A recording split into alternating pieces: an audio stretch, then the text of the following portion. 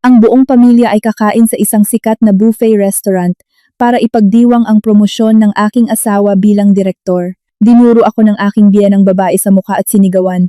Ibang tao ka lang kaya maiwan ka na lang sa bahay. Agad na sumagot ang asawa ko gamit ang kanyang malalim na boses. Kung ganoon lahat tayo sa bahay na lang, walang matutuloy na salo-salo. Madalas na nakikita ng mga tao ang isang matagumpay na lalaki at pinupuri siya bilang magaling, karismatiko at may likas na kakayahang maging leader. Ngunit bihirang may magtanong kung sa likod ng tagumpay na iyon, ilang gabi kayang tahimik na nakaupo ang kanyang asawa. Sa tabi niya iwinawasto ang bawat maliit na pagkakamali. Itinatama ang bawat maling numero at inilalayo ang kanyang asawa mula sa isang maling hakbang na maaaring magpabagsak sa buong karera nito. Noon hindi ko rin kailangan na may makakaalam sa aking mga sakripisyo. Akala ko, ang mag-asawa ay iisang unit. Kung sino ang nasa unahan at sino ang nasa likuran ay hindi na mahalaga. Hanggang sa napagtanto ko na may mga sakripisyo na kapag patuloy na ginagawa ng tahimik ay hindi na ituturing bilang pagmamahal, kundi bilang isang obligasyon. Ako nga pala si Amihan Valles. Nang taong iyon 35 taong gulang ako at nagtatrabaho bilang internal audit manager sa isang malaking kumpanya ng packaging. Hindi kaakit-akit ang trabaho ko. Ang mga araw ko ay umiikot sa mga kontrata, resibo, pamamaraan, at mga spreadsheet ng datos na pumupuno sa aking screen. Madalas sabihin ng mga tagalabas na tiyak na nakakabagot ang trabaho ko, ngunit gusto ko ang pakiramdam na ang lahat ay dapat malinaw. Ang numero kung tama ay tama, kung mali ay mali, hindi ito marunong manipsip o magsinungaling. Marahil dahil masyado na akong matagal sa trabahong ito, nasanay na akong tingnan ang mga problema, hindi lang mula sa kwento ng mga tao, kundi sa pamamagitan ng pagsusuri sa maliliit na bakas upang mahanap ang ugat ng problema. Ang asawa ko ay si Restituto Pineda o Resti, 3 taon ang tanda sa akin. Siya ay ang Deputy Sales Director sa Sancho Appliance Distribution Incorporated, isang kilalang kumpanya na nagbebenta ng mga gamit sa bahay. May mga katangian si Resti na wala ako. Magaling siyang magsalita. Malakas ang kumpiyansa sa sarili, nakakabasa ng ekspresyon ng kausap, at palaging kayang pagaanin ng tensyon. Sa mga pulong kasama ang mga kliyente, madalas na si Resti ang nagpapatawa sa buong lamesa. Mula sa mga tawang iyon, natural niyang nadadala ang usapan patungo sa pagpirma ng kontrata. Minsan nga akong nagbiro na kung uutusan si Resti na magbenta ng yelo sa gitna ng bagyo, baka makumbinsi pa niya ang mga tao na bilhin ito dahil makakabuo sila ng palasyo. Ngunit may isang napakalinaw na kahinaan si Resti. Mas nagtitiwala siya sa kanyang karanasan at kutob kaysa sa mga datos. Para sa kanya, kapag nakipagkamay na ang kliyente, ngumiti at nagsabing, "Pag-iisipan ko iyon," ay nangangahulugang kalahating hakbang na patungo sa tagumpay. Habang ako naman ay nauunawaan na sa negosyo, madalas na napakatamis ng ngiti ng mga tao, ngunit sa loob-loob nila ay napili na nila ang ating kakumpetensya. Magkaiba nga kaming dalawa.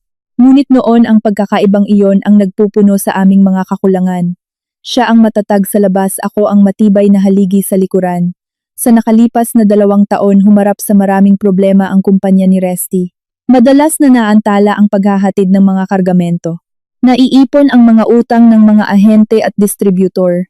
May isang insidente pa nga ng paghahatid na dumaan sa napakaraming middlemen na bodega, kaya hindi makatwiran ang paglaki ng gastos. 3 malalaking kliyente ang patuloy na nagrereklamo. May isa pa ngang nagpadala ng formal na babala na puputulin na nila ang kontrata kung hindi aayusin ng kumpanya ang sistema nito. Ang dating operations director ay pinagbitiw ng board of directors matapos ang isang internal audit. Ang naiwang bakanteng pwesto ng direktor ay nagdulot ng matinding tensyon sa buong kumpanya. Sa harap ng lahat, nag-uusap sila tungkol sa ikabubuti ng kumpanya, ngunit sa likod, mainit ang patagong kompetisyon ng mga kandidato, kasama si Resti sa listahan ng 3 kandidatong pinagpipilian.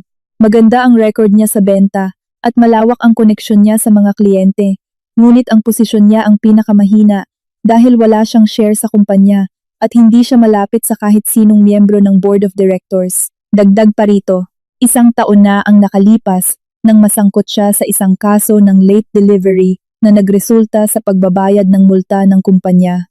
Kahit na hindi buong kasalanan ni Resti ang nangyari, palaging ibinabato iyon ng mga kalaban niya sa tuwing may pagkakataon. Nang gabing iyon umuwi si Resty ng mas gabi kaysa sa inaasahan. Ibinaba niya ang kanyang briefcase sa hapagkainan, hindi na nagbihis at tahimik na nakatitig sa kawalan. Ako, nakasalukuyang nagche-check ng takdang aralin ng aming anak na babae, ay napatingin sa kanya. Tinanong ko siya kung may problema ba sa opisina. Nagbuntong hininga si Resty, naglabas ng isang makapal na patong ng mga dokumento mula sa kanyang bag at itinulak ito palapit sa akin. Binigyan ng Board of Directors ng 10 araw ang 3 kandidato. Sino man ang makahanap sa dahilan ng pagkalugi sa sistema ng distribusyon ng mga ahente at makapagbigay ng pinakamagandang panukala para sa solusyon, ay siyang magkakaroon ng malaking tsansa na mapili.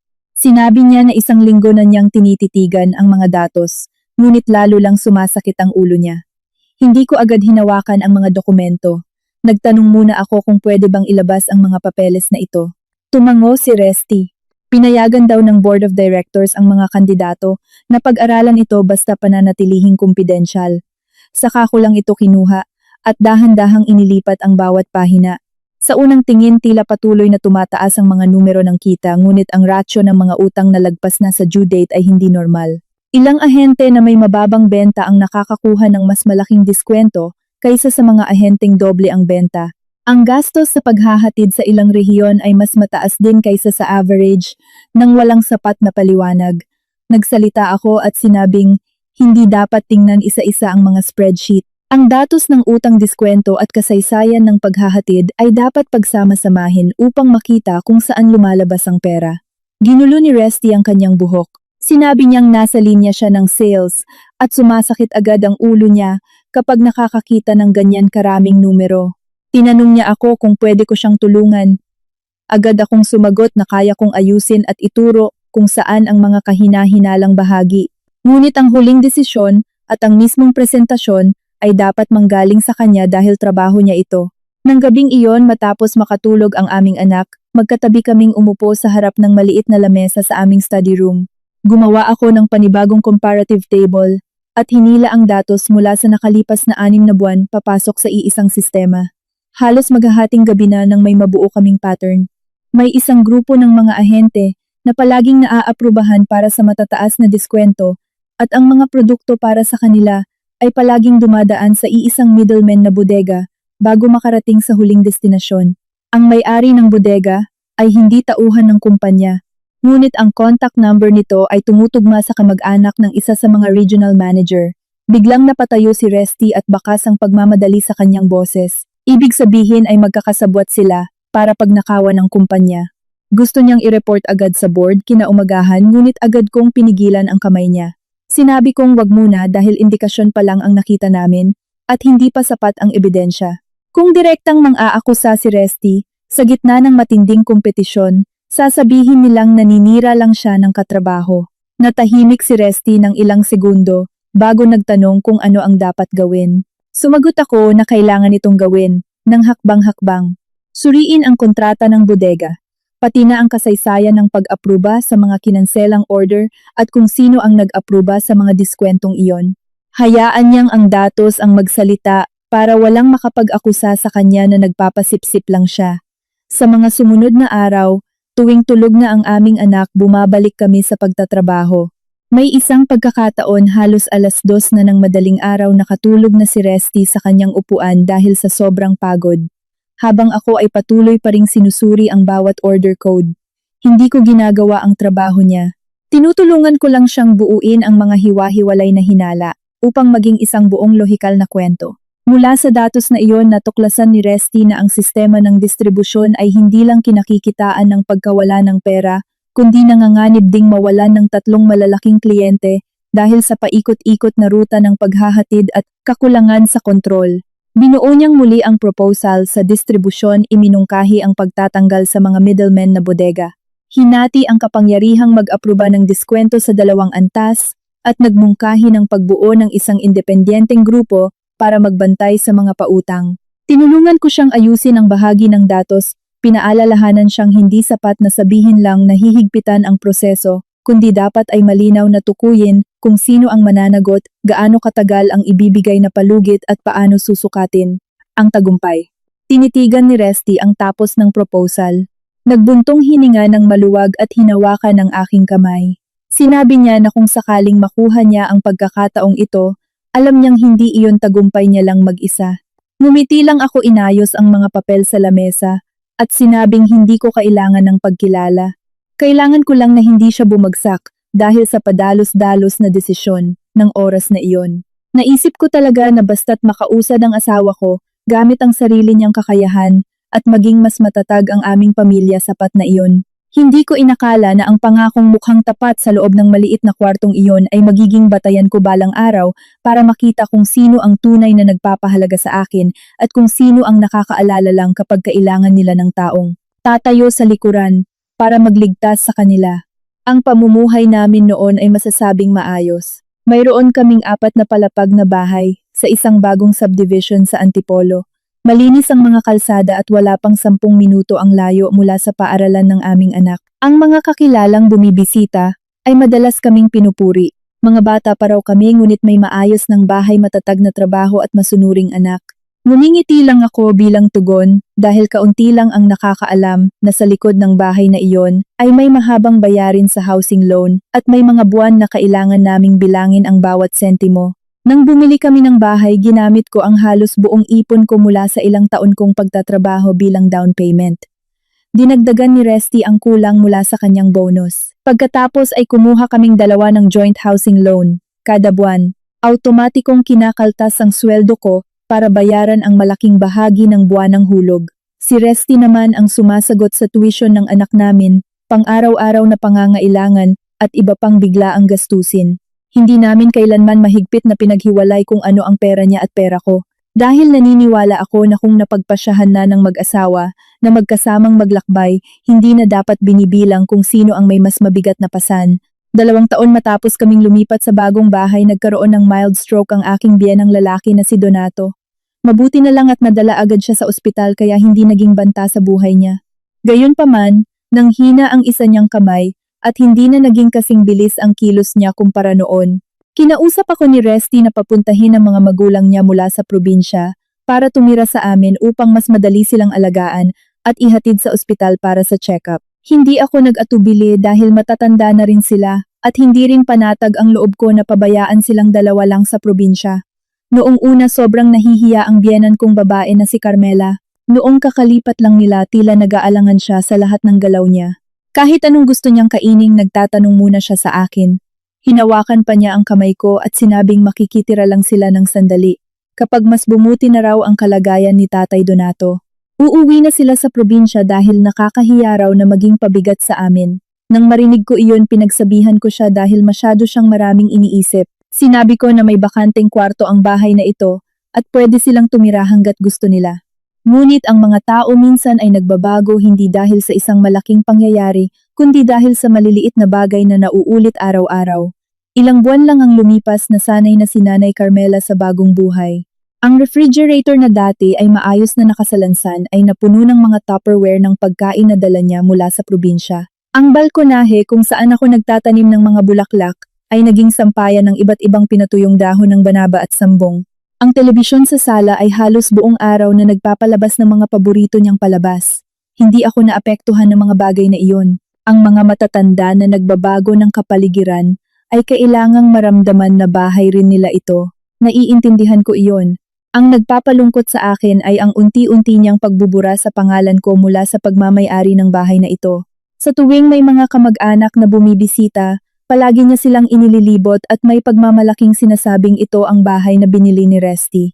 Nagsikap daw si Resty kaya naiuwi niya ang mga magulang niya sa syudad para ma-enjoy ang kanilang pagtanda. Minsan may isang tita na pumuri sa praktikal na disenyo ng kusina.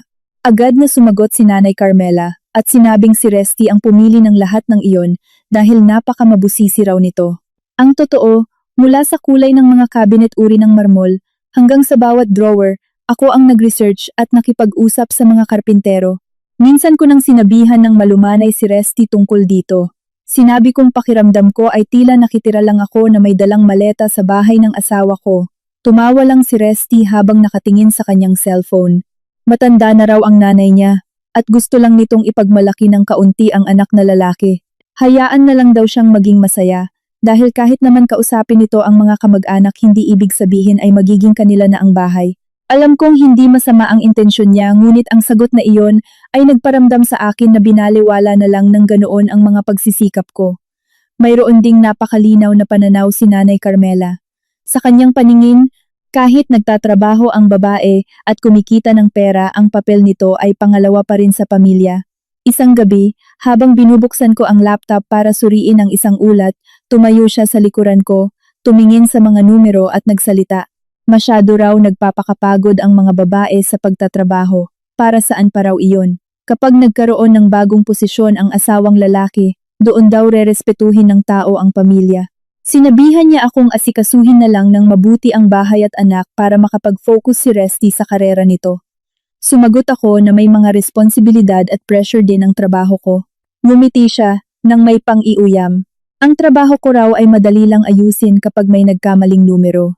Ang trabaho raw ng mga lalaki ang totoong seryosong bagay dahil isang maling hakbang ay pwedeng makasira sa buong karera nila. Hindi na ako nakipagtalo, hindi dahil wala akong masabi, kundi dahil nakaupo sa malapit si Tatay Donato. Hindi pa matatag ang kalusugan niya at hindi ko gustong palaging may tensyon sa bahay na ito. Bandang panahong iyon lumipat din ang bayaw kong si Jethro para tumira kasama namin. 6 na taong mas bata si Jethro kay Resty. Magaling siyang magsalita at maraming ideya, ngunit kulang sa pasensya. Dati na siyang nagtayo ng karinderya, nagbenta ng mga dekorasyon, at pagkatapos ay lumipat sa negosyo ng mga appliances. Sa tuwing nagsisimula siya, palaging nagsasalita si Jethro na parang ilang buwan na lang ay yayaman na siya. Ngunit kapag nahaharap sa paghihirap, sinisisi niya ang merkado, mga kasosyo o mga investor na wala raw paningin sa kinabukasan. Nang bumagsak ang huling negosyo niya, dinala ni Jethro ang asawa niyang si Rochelle at ang maliit nilang anak para makitira sa amin ng 3 buwan. Pagpasok pa lang ng bahay, umiyak agad si Rochelle at sinabing tumaas ang upa. Baon sa utang ang asawa niya at bata pa ang anak nila, kaya hindi nila alam kung saan pupunta. Tiningnan ko ang maliit na sanggol na buhat niya at hindi ko kayang tumanggi. Sinabi rin ni Resty na sa oras ng kagipitan ang magkapatid ay dapat magtulungan. Kaya inihanda namin ang bakanteng kwarto sa 2 palapag para sa pamilya ni Jethro. Lumipas ang 3 buwan, naging 6 na buwan, hanggang umabot ng halos 1 taon ay hindi na nila nabanggit ang paglipat. Araw-araw sinasabi ni Jethro na naghahanap siya ng malaking oportunidad para makabangon. Ngunit ang malaking bahagi ng oras niya ay ginugugol lang sa pag-inom ng kape, panonood ng mga motivational videos sa negosyo, at pakikipag-usap sa mga kaibigan niya sa telepono tungkol sa mga proyektong walang katiyakan. Si Rochelle naman ay nag-online selling at madalas itinatayo ang kanyang cellphone sa gitna ng aming sala para mag-video. Sinasadya niyang gawing background ang hagdan at mga kagamitan sa bahay namin. Sa social media palaging ipinapakita ni Rochelle na nabubuhay siya sa isang mayamang pamilya. Mataas daw ang posisyon ng bayaw niya at magbubukas daw agad ng sariling kumpanya ang asawa niya. Ang totoo, ang bayarin sa kuryente, tubig, gatas ng anak niya at malaking bahagi ng pagkain ay sinasagot naming mag-asawa. May 1 buwan na humiram si Jethro ng 30,000 piso sa akin bilang puhunan sa mga produkto na ngakong ibabalik pagdating ng katapusan ng linggo. 3 buwan pagkatapos, noong singilin ko siya, tumawa lang siya. Magkapamilya raw kami pero para raw akong naniningil ng Bombay. Sa harap ko ay napakatamis ni Rochelle. Tuwing kailangan nilang humiram ng kotse, gamit o magpabili ng kung ano, palagi niya akong inaakbayan at tinatawag na pinakamabait na ate amihan. Ngunit isang gabi, habang dumadaan ako sa hagdan, narinig ko siyang may kausap sa telepono. Napakaseryoso raw ng hipag niya at parang tuyong kahoy. Buong araw daw ay puro numero at pamamaraan ang inaatupag. Buti na lang daw magaling makisama si Kuya Resty dahil kung aasa lang sa akin hindi aasenso ang pamilyang ito. Bago pa ako makahakbang, sumagot na si Nanay Carmela mula sa kabilang kwarto. Hindi man daw ako magaling magsalita, mabuti na lang ay masipag akong magtrabaho. Hayaan na lang daw akong mag-asikaso ng mga maliliit na bagay sa bahay. Kahit gaano pa raw kagaling ang babae sa huli, ay kailangan pa ring tumayo sa likod ng asawang lalaki. Tumawa silang dalawa. Hindi nila alam na nakatayo ako ilang hakbang lang mula roon.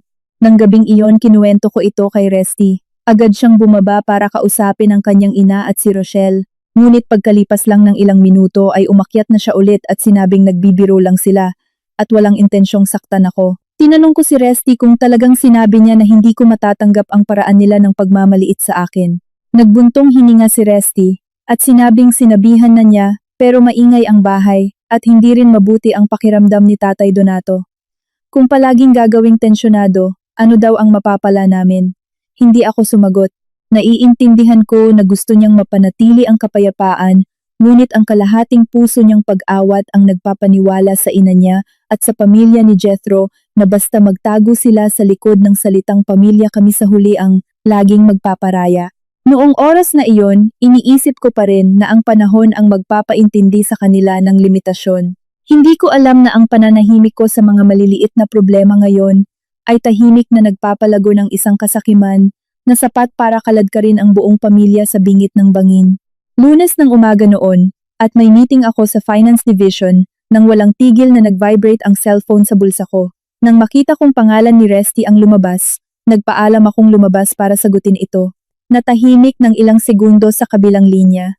Bago narinig ang boses niya, na halatang pinaghalong saya at panginginig. Kakapahayag lang daw ng Board of Directors na na-promote siya bilang Operations Director. Natigilan ako sa pagtayo sa pasilyo. Mahigpit ang hawak ng kamay ko sa cellphone.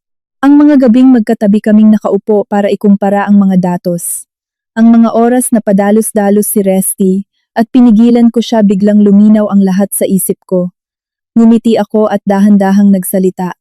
Binati ko siya at sinabing alam kong kaya niya. Tumawa si Resty ngunit sa pagkakataong ito hindi na puno ng kumpiyansa ang boses niya tulad ng dati. Gusto raw niyang magkaroon ng simpleng hapunan kami mamayang gabi para magpasalamat sa akin at sa mga anak namin.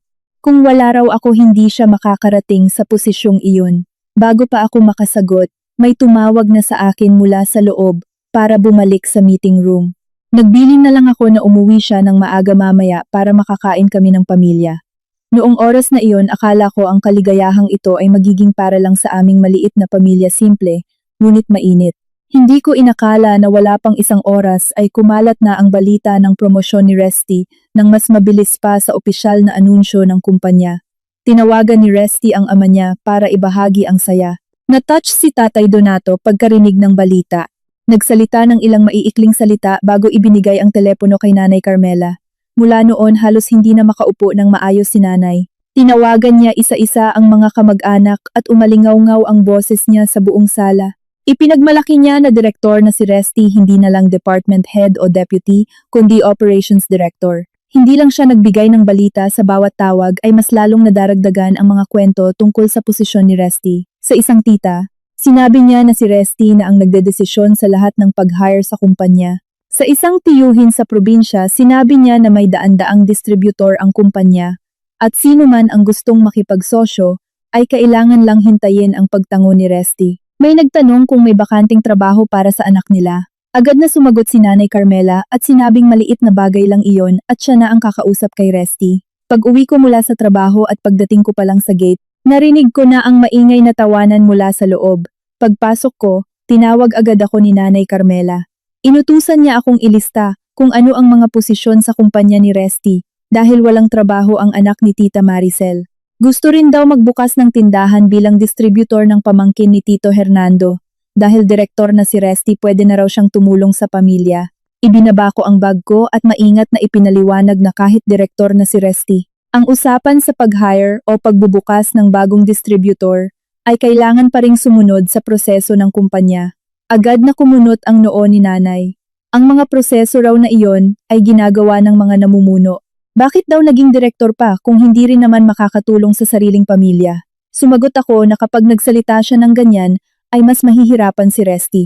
Ang posisyon ay isang responsibilidad at hindi pansariling pag-aari na pwedeng ipamigay kung kailan gusto. Tiningnan ako ni Nanay Carmela ng masamang tingin. Ngunit bago pa siya makapagsalita ulit bumaba si Jethro mula sa itaas. Mas mukha pang masaya si Jethro kaysa sa taong mismong na-promote. Hinila niya ang isang upuan umupo sa tabi ng ina niya at mabilis na nagsalita. Tamang-tama raw ang pag-angat sa pwesto ni Kuya Resty dahil nagbabalak siyang magbukas ng chain ng appliance stores kung makakakuha raw sila ng supply ng mga produkto mula sa kumpanya. Hindi na nila kailangang magproblema sa paunang kapital. Pinalo ni Nanay Carmela ang kanyang hita at sinabing iyon din ang iniisip niya. Kailangan daw maghilaan pataas ang magkakapamilya. Malaking tao na raw si Resty, kaya nakakahiya kung ang kapatid nito ay pa-extra-extra pa rin sa trabaho at pagtatawanan lang sila ng ibang tao. Napatingin ako kay Jethro. Ilang buwan pa lang ang nakalipas ay baon siya sa utang para sa mga stock ng electronics niya. Wala pang lokasyon ang bago niyang plano, walang business permit at hindi pa malinaw kung saan kukunin ang kapital, ngunit sa paraan ng pagsasalita niya ay aakalain mong handa na ang lahat. Yumuko siya palapit sa akin. Dahil eksperto raw ako sa financial control, tulungan ko raw siyang gumawa ng proposal. Si Resty daw ang magiging advisor at aanyayahan niya ang ibang kamag-anak na mag-invest. Kapag may pangalan ng direktor na nagbibigay ng garantiya, sino ba naman daw ang hindi maniniwala? Agad akong nagtanong kung may business plan na ba siya, cash flow projection at kontrata para sa supply ng produkto. Tumawa si Jethro. Dahil nga raw wala pa kaya niya kailangan ang tulong ng pamilya. Ang mahalaga raw ay makuha muna ang pera at saka naisipin ang iba. Umiling ako. Sinabi kong hindi maaari. Hindi kami pwedeng mag-ipon ng pondo gamit ang posisyon ni Resty habang hindi pa pumapayag ang kumpanya. Lalong hindi pwedeng paniwalain ang mga tao na ang personal niyang proyekto ay ginagarantiyahan ng kumpanya. Agad na sumimangot si Jethro. Nakisawsaw si Rochelle, nakalalabas lang mula sa kusina at narinig ang huling pinag-usapan. Palagi ko na lang daw tinitingnan ang mga panganib, kung palagi raw natatakot sa negosyo habang buhay na lang magiging empleyado. Nakisama rin sa suporta si Nanay Carmela. Nasanay na raw ako sa pag-check ng mga libro ng kumpanya, kaya tingin ko raw sa lahat ng tao ay kriminal. Ituloy lang daw ni Jethro ang plano dahil tiwala siyang hindi siya pababayaan ng kapatid niya. Pagsapit ng gabi nang umuwi si Resty, kinuwento ko ang lahat ng plano ng kanyang ina na mangako ng trabaho at distributor rights, pati na ang balak ni Jethro na gamitin ang pangalan niya para humanap ng kapital. Pagkarinig niyon, ibinaba ni Resty ang kanyang bag at tinawag ang lahat. Mahigpit niyang sinabi na naging direktor siya para pamahalaan ang kumpanya at hindi para kaladkarin ng pamilya ang posisyon niya upang gumawa ng mga pangako. Sino man daw ang gustong mag-apply ng trabaho ay magpadala ng resume. Ang gustong maging distributor ay kailangang pumasa sa mga requirements tulad ng ibang tao. Agad na lumuha si Nanay Carmela. Nagkaroon lang daw ng posisyon si Resty. Nagdidiskrimina na agad ng pamilya sa tagalabas. Nagbuntong hininga si Resty, ngunit sa pagkakataong ito ay hindi siya nagpatalo. Pinoprotektahan lang daw niya ang pamilya. Kapag nagkamali ng salita ang kanyang ina, kahit isang beses pwedeng malugi sa pera ang ibang tao o mawalan ng pagkakataon at sino ang mananagot para doon. Habang mainit ang tensyon, iniba ni Nanay Carmela ang usapan tungkol sa selebrasyon. Sinabi niya na nakontak na niya ang isang kakilala para mag-book ng pwesto sa isang bagong bukas na high-end buffet at grill na may pribadong kwarto at malaking projector screen. Nabigla si Resty. Ang plano daw kasi niya ay isang simpleng hapunan lang, kasama ang kanyang mga magulang, kami ni Amihan, at ang mga anak namin, at ang pamilya ni Jethro. Iwinagayway ni Nanay ang kanyang kamay. Naging direktor daw siya, at hindi lang basta tumaas ang sweldo ng ilang libo. Kailangan daw imbitahin ang mga malalapit na kamag-anak, para malaman nilang pinagpala ang kanilang pamilya. Tumanggi si Resty dahil ayaw niyang magmayabang, ngunit agad na umiyak ang ina niya. Buong buhay daw siyang nagpalaki ng anak, ngayon lang niya gustong maging proud kahit isang beses man lang ay hindi pa rin pinayagan. Sa huli, ay umurong ng isang hakbang si Resty. Pumayag siyang magkaroon ng salo-salo, ngunit hiniling na limitahan ang mga bisita.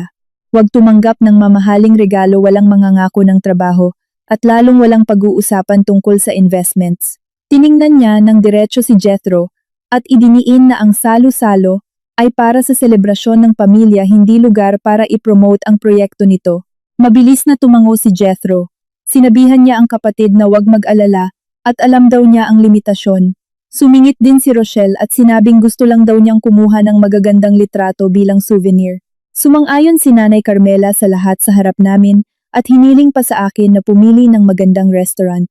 Ngunit ng gabing iyon, habang dumadaan ako sa sala, narinig ko si Nanay Carmela na pabulong na nakikipag-usap kay Jethro. Inutusan niyang ihanda ang proposal. Kapag nagtipon-tipon na raw ang lahat ng kamag-anak, magsalita lang daw si Jethro ng ilang linya. Kapag nakita nilang direktor na ang kapatid niya, siguradong maniniwala sila. Mahina ngunit buong kumpiyansa na sumagot si Jethro. Hindi raw niya pipilitin ang mga tao, ipapakita lang daw niya ang oportunidad at kusa ng lalapit ang pera sa kanila. Nakatayo ako sa likod ng pinto. Bumigat ang pakiramdam ko. Hindi pa man nagsisimula ang handaan, pero ginawa na nilang billboard ang kaligayahan ni Resty. Napagtanto ko na ang babala ng asawa ko ay hindi kailanman nakapigil sa kanyang ina at kay Jethro. Pinalitan lang nila ang plano mula sa pagiging lantaran patungo sa patago, at ang patagong paraan na iyon ang mas nakakatakot. Pagkatapos ng usapan ng gabing iyon, akala ko ay naturuan na ng leksyon ni Resty sina nanay at Jethro para tumigil.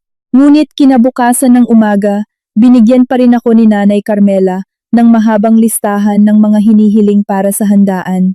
Normal lang ang tono niya na parang walang nangyaring babala. Gusto niya ng malawak na pribadong kwarto. Magandang hapagkainan, dapat may wagyu beef sa grill menu seafood, imported na inumin. At ang pinakamahalaga ay dapat may malaking projector screen para ipakita ang mga litrato ng pamilya para magmukhang grandioso. Tinanong ko kung anong mga litrato ang gusto niyang ipakita. Hindi siya tumingin sa akin, nakatingin lang sa cellphone niya at sumagot na mga litrato raw ni Resty mula bata hanggang ngayon at ilang litrato noong tumanggap siya ng parangal sa opisina. Inutusan niya na lang akong asikasuhin ang restaurant at wag nang maraming tanong. Mukha namang makatwiran ang sagot niya sa unang tingin, pero ang pag-iwas niya ay nagdudulot sa akin ng hinala. Tumawag ako sa 3 restaurant at sa huli ay pumili ng isang espesyal na grill sa isang bagong mall sa BGC. Hindi masyadong kapansin-pansin, pero malinis, may pribadong kwarto at magandang exhaust system. Nagtanong din ako ng espesyal na menu para kay Tatay Donato, dahil nagbili ng doktor na bawasan ang matatabang pagkaing maaalat at alak. Nagpadala ang restaurant ng floor plan para sa pag-aayos ng mesa para aprubahan ko. Bukod sa main dining table, may lumitaw na isang maliit na dagdag na lamesa sa floor plan malapit sa pinto ng pribadong kwarto na may nakasulat na promotional materials area. Tinawagan ko ang manager ng restaurant at nagtanong. Sumagot siya na si Sir Jethro mula sa pamilya ang nakipag-ugnayan sa kanila para magdagdag.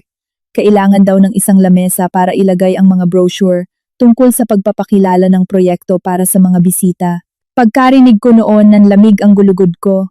Agad kong sinabi na hindi pwedeng magkaroon ng anumang unilateral na pagbabago. Lahat ng kahilingan ay dapat dumaan sa akin bilang nag-book ng lugar. Humingi ng paumanhin ang manager at nangakong pananatilihin ang orihinal na layout. Tanghali nang umuwi ako para kunin ang isang dokumentong naiwan ko. Tahimik ang sala. Ang nakabukas na laptop lang ni Rochelle ang nasa ibabaw ng lamesa. Sa tabi nito ay may isang itim na flash drive. Wala akong intensyong pakialaman ang gamit niya, ngunit sa screen ay nakabukas ang isang presentation page na may napakalaking pamagat. Buendia Pineda Appliance Network, in partnership with Sancho Appliance Corp. Natigilan ako. Pinagsama ang pangalan ni Jethro at Resty para sa pangalan ng proyekto. Sa ilalim nito ay may litrato ng asawa ko na nakasuot ng suit habang tumatanggap ng parangal mula sa kumpanya. Sa kaliwang sulok ng dokumento ay may isang asul na logo na dinisenyo para magmukhang kapareho ng opisyal na logo ng Sancho Appliance. Sinumang makakakita nito ay siguradong maniniwala na ito ay isang proyektong suportado ng kumpanya ni Resty. Hindi ko na binuksan ang ibang folder, kinunan ko lang ng litrato ang nakikita sa screen. Ngunit sakto namang bumaba si Rochelle mula sa itaas. Pagkakita niya sa akin na nakatayo malapit sa laptop niya, tumakbo siya at agad itong isinara. Mataray siyang nagtanong kung ano ang ginagawa ko sa laptop niya. Mahinahon akong sumagot na nakabukas ang laptop niya at nakita ko lang ang isang bagay na hindi dapat mapunta sa handaan mamaya. Niyakap ni Rochelle ang kanyang laptop, bakas ang kaba sa kanyang mga mata. Draft presentation lang daw iyon at ginawa nila para magmukhang maganda. Wala naman daw masama roon. Pinatawag ko si Jethro sa kanya para bumaba. Ilang minuto ang lumipas, pumasok si Jethro sa sala. Naiinis ang mukha niya na tila ba ako ang naghahanap ng gulo. Ibinaba ko ang cellphone ko sa lamesa, ipinakita ang litratong kakakuha ko lang at nagtanong kung sino ang nagbigay sa kanya ng pahintulot na gamitin ang litrato ni Resty. Pati ang pangalan ng kumpanya at ang slogan na, "In Partnership." Humila ng upuan si Jethro at humalukip-kip. Hindi naman daw iyon ang orihinal na logo. Dinisenyo raw nila para maging kahawig upang magmukhang propesyonal. Family photo naman daw ang ginamit na litrato ni Resty. Kaya ano daw ba ang problema doon? Tinitigan ko siya ng diretso. Ang problema ay hindi kung gaano ito kakapareho. Ang problema ay iisipin ng mga tao na ang kumpanya ni Resty ang nasa likod ng proyektong ito. Ginagamit niya ang maling akalang iyon para makakuha ng pera. Ngumiti si Jethro nang may pang-iuyam. Huwag daw akong magsalita na parang investigador. Hindi daw niya pinipilit ang mga tao na mag-invest. Nag-aalok lang daw siya ng oportunidad at kung sino ang may gusto ay sumali. Nagtanong ulit ako tungkol sa mga pangungusap tulad ng Priority Regional Agents Direct Supply from the Factory at Long-Term Partnership Commitment. Inamin ni Jethro na wala pa siyang kontrata para sa supply, hindi pa inaaprubahan ni Resty at hindi pa narerehistro ang formal na negosyo, ngunit sa loob ng kanyang dokumento. Isinulat niyang magbubukas siya ng 12 sangay sa loob lang ng 6 na buwan. Mahigpit kong sinabi na kailangan niyang burahin ang lahat ng pangalan litrato ni Resty at anumang detalye na may kinalaman sa kumpanya. Wala ring dapat na presentation sa handaan mamaya. Lumabas si Nanay Carmela mula sa kanyang kwarto. Pagkarinig niya sa aming pag-uusap, agad siyang nagalit. Ano na naman daw ito? Gusto lang magnegosyo ni Jethro pero palagi ko raw hinaharangan. Natatakot ba raw ako na maging mas matagumpay si Jethro kaysa sa akin? Ipinakita ko sa kanya ang litrato sa cellphone ko. Sinabi ko na tingnan niyang mabuti dahil hindi na ito usapin ng pagtulong sa pamilya. Maaaring maniwala ang mga tao na ang perang idedeposito nila ay ginagarantiyahan ng kumpanya. Kapag may nangyaring masama, sino ang mananagot? Hindi man lang tinapos ni Nanay Carmela ang pagtingin, inalis lang niya ang cellphone ko. Biyaya raw sa pamilya ang posisyon ng asawa ko. Kung ipapahiram niya ng kaunti, ang pangalan niya ay wala namang mawawala. Bakit daw napaka-possessive ko bilang asawa? Ang mga salitang iyon ay nagpatahimik sa akin. Hindi ko kailanman ipinagbawal kay Resty na tumulong sa mga kamag-anak sa tamang paraan. Ang inaalala ko ay ang reputasyon niya sa pagkaladkad sa mga tao sa isang bagay na hindi pa malinaw, ngunit sa mata ng kanyang ina. Lahat ng prinsipyo ko ay itinuturing na pagiging makasarili. Lalo pang lumaki ang ulo ni Jethro dahil sa suporta ng kanyang ina. Para raw akong nagsasabi na gusto niyang lokohin ang buong pamilya.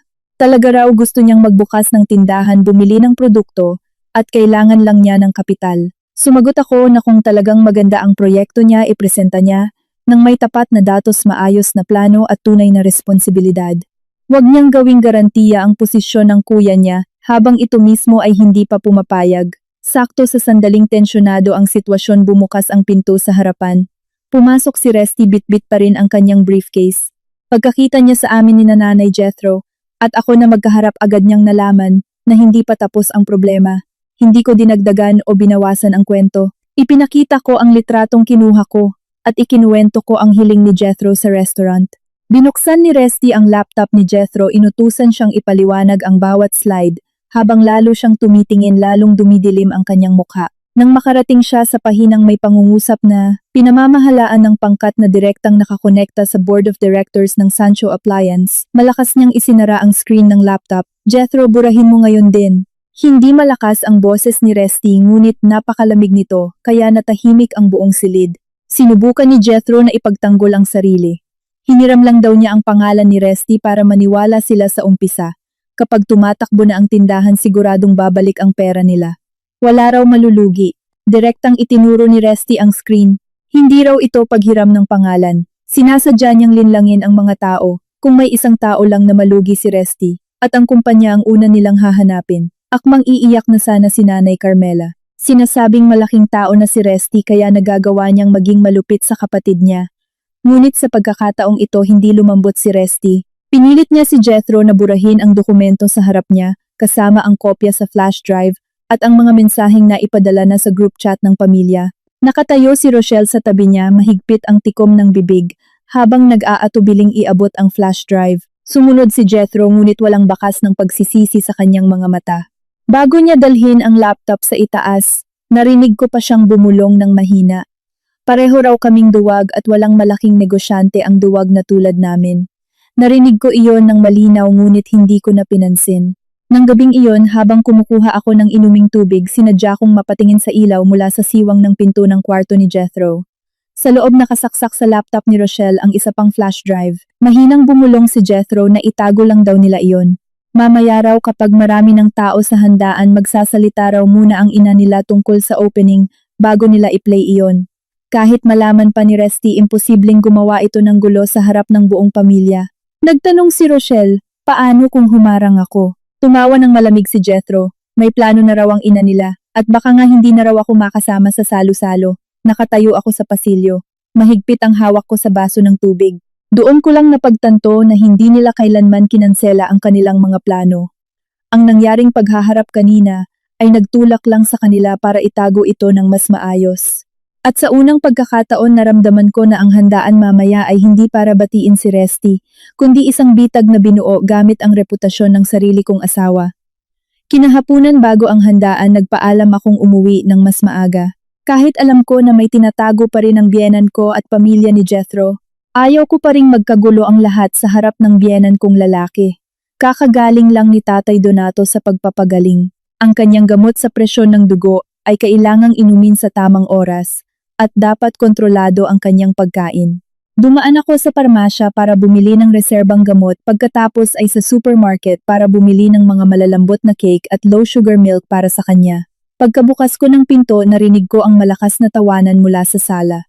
Itinayo niya ang kanyang cellphone sa ibabaw ng tripod na katayo sa tabi ni Nanay Carmela para mag-video.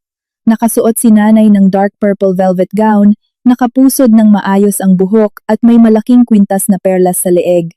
Samantala pangatlong beses nang nagpalit ng damit si Rochelle.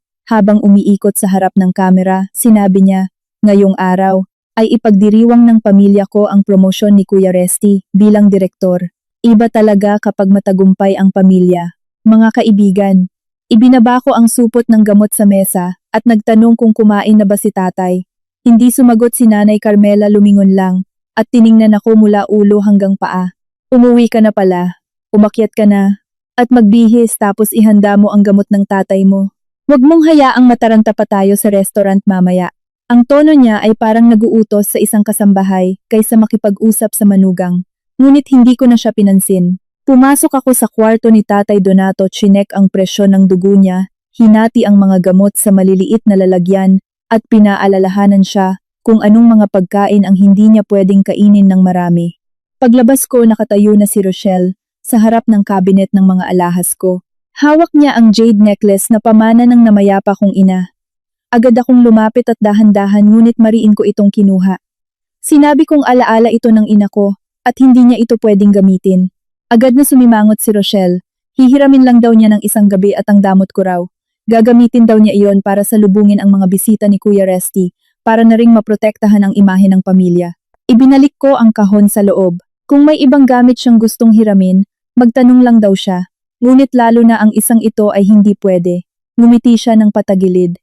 May kaunting alahas lang daw binabantayan na parang kayamanan. Kung makita pa raw ng iba, baka isipin pa nilang naghihirap ang pamilya namin. Nakisali rin si Nanay Carmela nang marinig ito. Hihiramin lang daw ng isang gabi, bakit ba? Palagi na lang daw akong nagbibilang. Sa sariling pamilya ay parang ibang tao ang turing ko. Tiningnan ko si Nanay.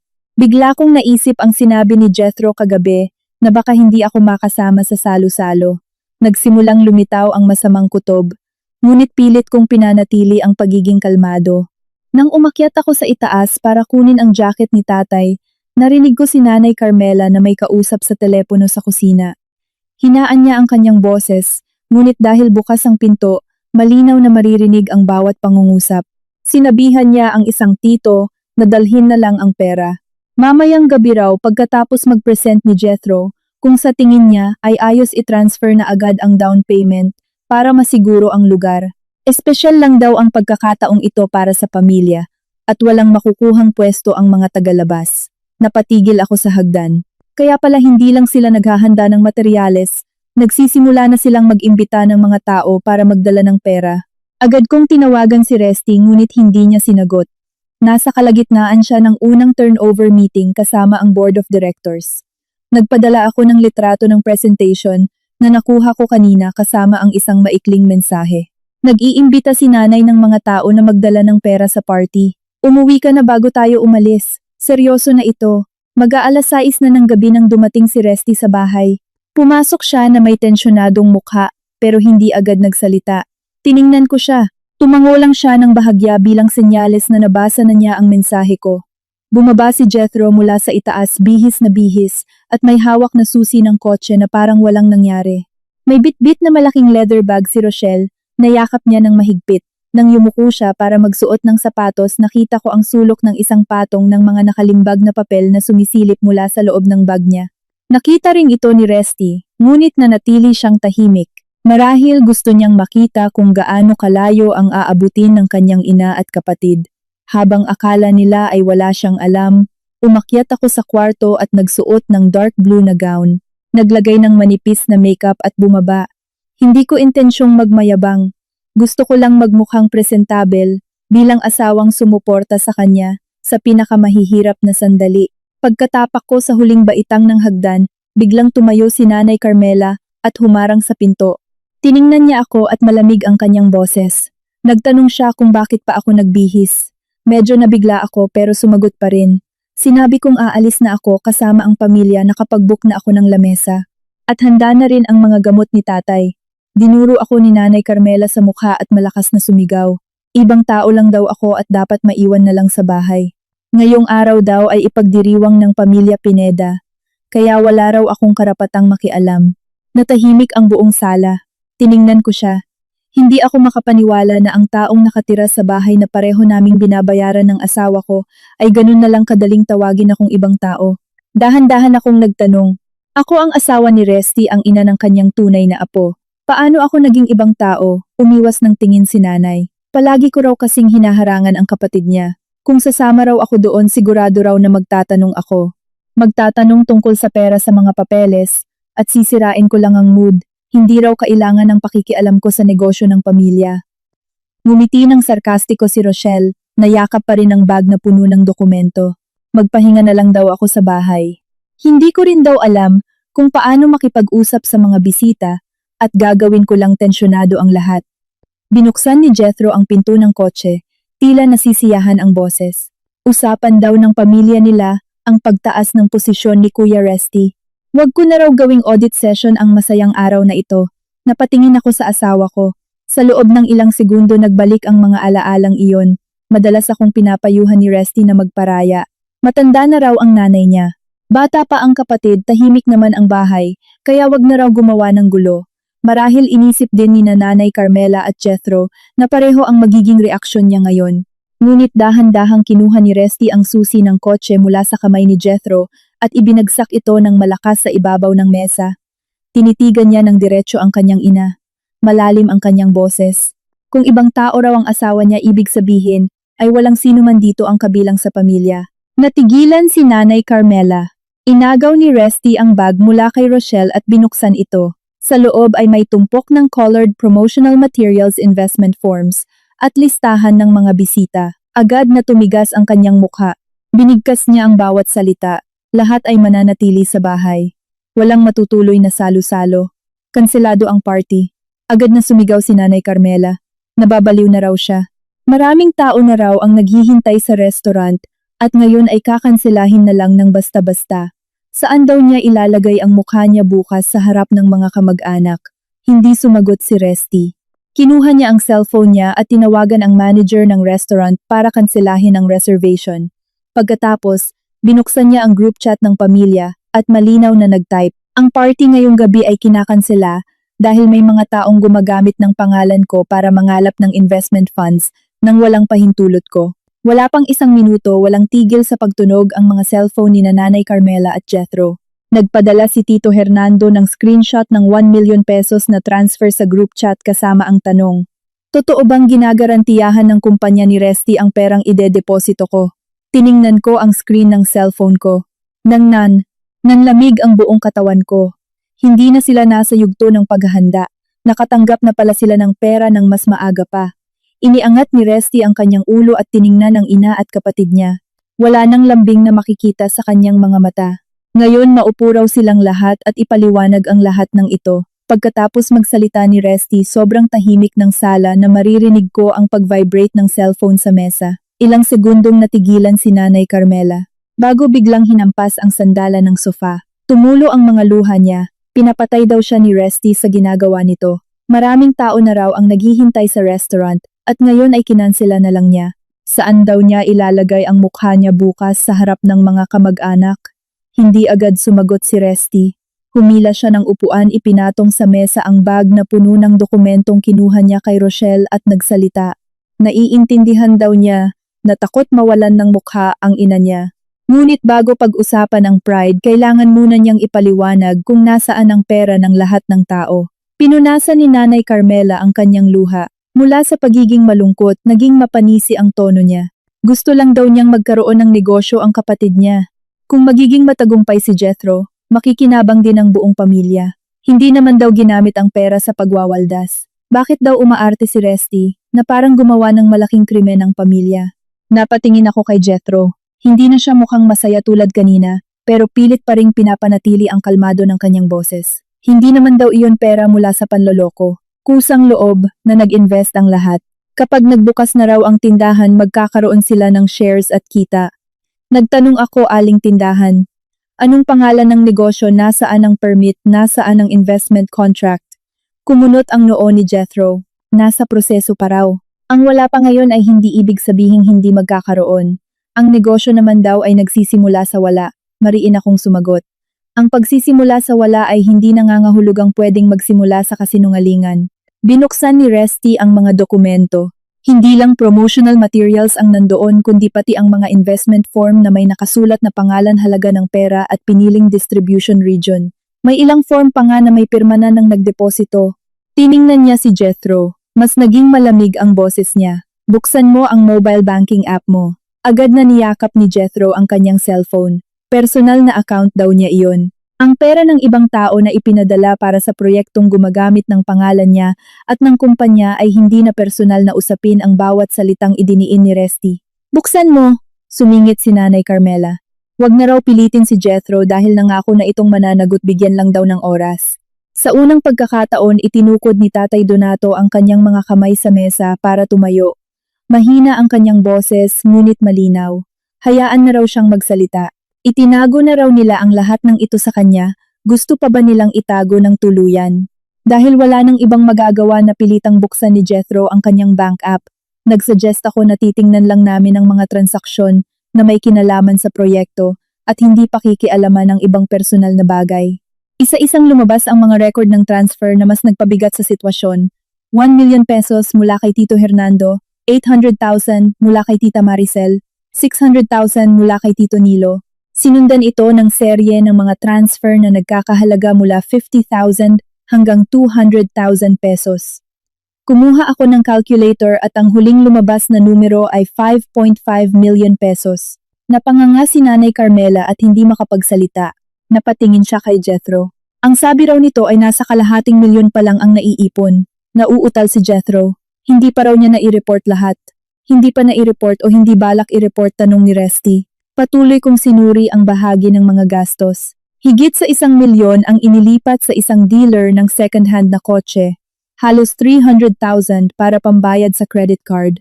At 2 pang transaksyon na nakalista bilang down payment para sa interior design at bakasyon. Wala pang 400,000 ang may kinalaman sa pagbili ng mga stock. Kahit iyon ay walang malinaw na kontrata. Itinuro ni Resty ang pagbili ng kotse. Binili pala niya ang kotse na gamit niya ngayon mula sa pera ng investment. Mahinang sumagot si Jethro. Kailangan daw niya ng kotse para makipagkita sa mga kliyente. Agad na nagtanggol si Rochelle. Asset naman daw ang kotse para suportahan ang negosyo, kaya ano daw ang masama? Napatingin ako sa kanya. Pati ba ang pambayad sa credit card at down payment sa bakasyon ay suporta rin sa negosyo? Namutla si Rochelle. Tiningnan ng masama ni Jethro ang kanyang asawa. Sinabihan na raw niya ito na huwag gamitin ang pera para sa pansariling bagay. Sumigaw pabalik si Rochelle. Huwag daw siyang magkunwari sa harap ng lahat. Siya mismo ang nagsabi na gamitin muna nila iyon at palitan na lang kapag may pumasok ulit na pera. Siya rin daw ang may gusto na bumili ng kotse dahil nakakahiya raw kapag makikipagkita siya sa ibang tao na luma ang gamit. Nagsimula silang magsisihan. Sinigawan sila ni Nanay Carmela para tumahimik at tiningnan si Resty ng may nakikiusap na tono. Itigil na raw iyon dahil nagastos na ang pera. Gawan daw niya ng paraan para makautang ang kapatid niya. Direktor naman daw siya, kaya madali na lang sa kanya ang makautang kahit saan. Bayaran na muna niya sila. At kapag kumita na ang negosyo ni Jethro, ay papalitan din ito. Tinitigan ni Resty ang kanyang ina ng matagal. Pinapalabas daw siya ng sarili niyang pera para bayaran ang problemang tinutulan na niya mula pa nung una. Tunay na kapatid niya iyon, bakit ba ang damot niya? Sigaw ni Nanay Carmela. Sumagot si Resty. Dahil nga tunay ko siyang kapatid, kaya nandito ako ngayon para ayusin ang problemang ito. Hindi ko hahayaang maningil ang ibang tao. Pero ang pagmamahal sa kapatid ay hindi nangangahulugang ako ang sasagot sa utang ng kanyang kasinungalingan. Hiniling ni Tatay Donato kay Resty na tawagan isa-isa ang mga nag-transfer ng pera para sabihin sa kanila na hindi ginagarantiyahan ng kumpanya ang proyekto. Nataranta si Nanay Carmela at pinigilan ang kamay ng kanyang asawa. Huwag na raw palakihin ang issue. Bigyan lang daw siya ng isang gabi at siya na ang kakausap sa kanila. Magkapamilya naman daw sila kaya maiintindihan din nila, humiling si Resty. Kapag mas matagal mas lalo silang maniniwalang ligtas ang pera nila. Hindi niya pwedeng hayaang may mag-transfer pa. Una niyang tinawagan si Tito Hernando. Sa kabilang linya hindi agad nagalit ang tito niya, ngunit nagtanong ng isang bagay na nagpatahimik sa buong silid. Paano naman daw yung guarantee letter na may pirma niya? Ipinadala raw iyon ni Jethro sa kanya. Sinasabing ang kumpanya niya ang magbibigay ng supply at sasagot kung sakaling magkaproblema ang proyekto. Nakakuyom ang kamay ni Resty sa kanyang cellphone. Pwede raw bang ipadala ng tito niya ang litrato ng sulat na iyon ngayon din? Ilang minuto ang lumipas may pumasok na litrato. Sa itaas ng sulat ay nandoon ang letterhead ng Sancho Appliance Corp.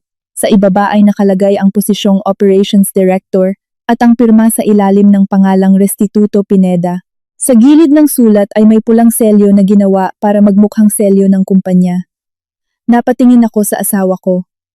Nag-iba ang timpla ng mukha niya. Hindi ko kailanman pinirmahan ito, sabi ni Resty. Umiwas ng tingin si Jethro sa kanyang kuya. Nakayuko si Rochelle at mahigpit ang hawak ng dalawang kamay sa strap ng bag niya. Samantala napaluhod sa sofa si Nanay Carmela at bumubulong na baka sample letter lang daw iyon. Inilapag ni Resty ang litrato sa mesa. Mababa ang boses niya pero mabigat. Ang pera ay pwede pang hanapan ng paraan para maibalik. Pero ang pamemeke sa kanyang pirma at selyo ay hindi na basta-bastang sablay na negosyo. Tinitigan niya ng diretso si Jethro. Sino ang gumawa ng sulat na ito? Tahimik si Jethro. Nagtanong ulit si Resty sa ikalawang pagkakataon mas mariin ang bawat salita. Nagtatanong ulit siya sino ang nagbigay sa kanya ng sample na sulat na iyon. Noon ko lang napagtanto na umabot na sa mas mapanganib na antas ang problemang ito. Hindi lang utang na 5.5 million pesos ang kinakaharap ng pamilya namin. May isang taong sadyang gumawa ng set ng mga dokumento na kapani-paniwala para kaladkarin si Resty at ang kumpanya niya sa gulo. Ang tanong ni Resty ay bumagsak sa gitna ng sala tulad ng isang malaking bato. Nakayuko pa rin si Jethro, magkadaop ang dalawang kamay. Palipat-lipat ng tingin si Nanay Carmela sa dalawang anak niya. Malinaw ang kaba sa kanyang mukha. Patuloy niyang sinasabi na baka para lang sa presentation iyon para magmukhang maganda. Huwag na raw gumamit ng mabibigat na salita dahil baka lumaki pa ang problema ng pamilya. Hindi nakipagtalo si Resty sa ina niya. Hinila niya palapit ang laptop ni Jethro at mariing sinabi, ibigay mo ang cellphone laptop at lahat ng dokumentong may kinalaman. Mula ngayon, walang sino man ang pwedeng magpadala ng kahit ano palabas. Agad na hinila ni Jethro ang laptop niya. Wala raw karapatan si Resty na pakialaman ang personal niyang gamit. Pumagit na ako bago pa man sila maghilaan. Ipinaliwanag ko na walang pwedeng magbura ng kahit anong data. Kapag may pekeng dokumento na ginamit ang pangalan ni Resty at ng kumpanya, lahat ng ebidensya ay dapat mapanatiling buo.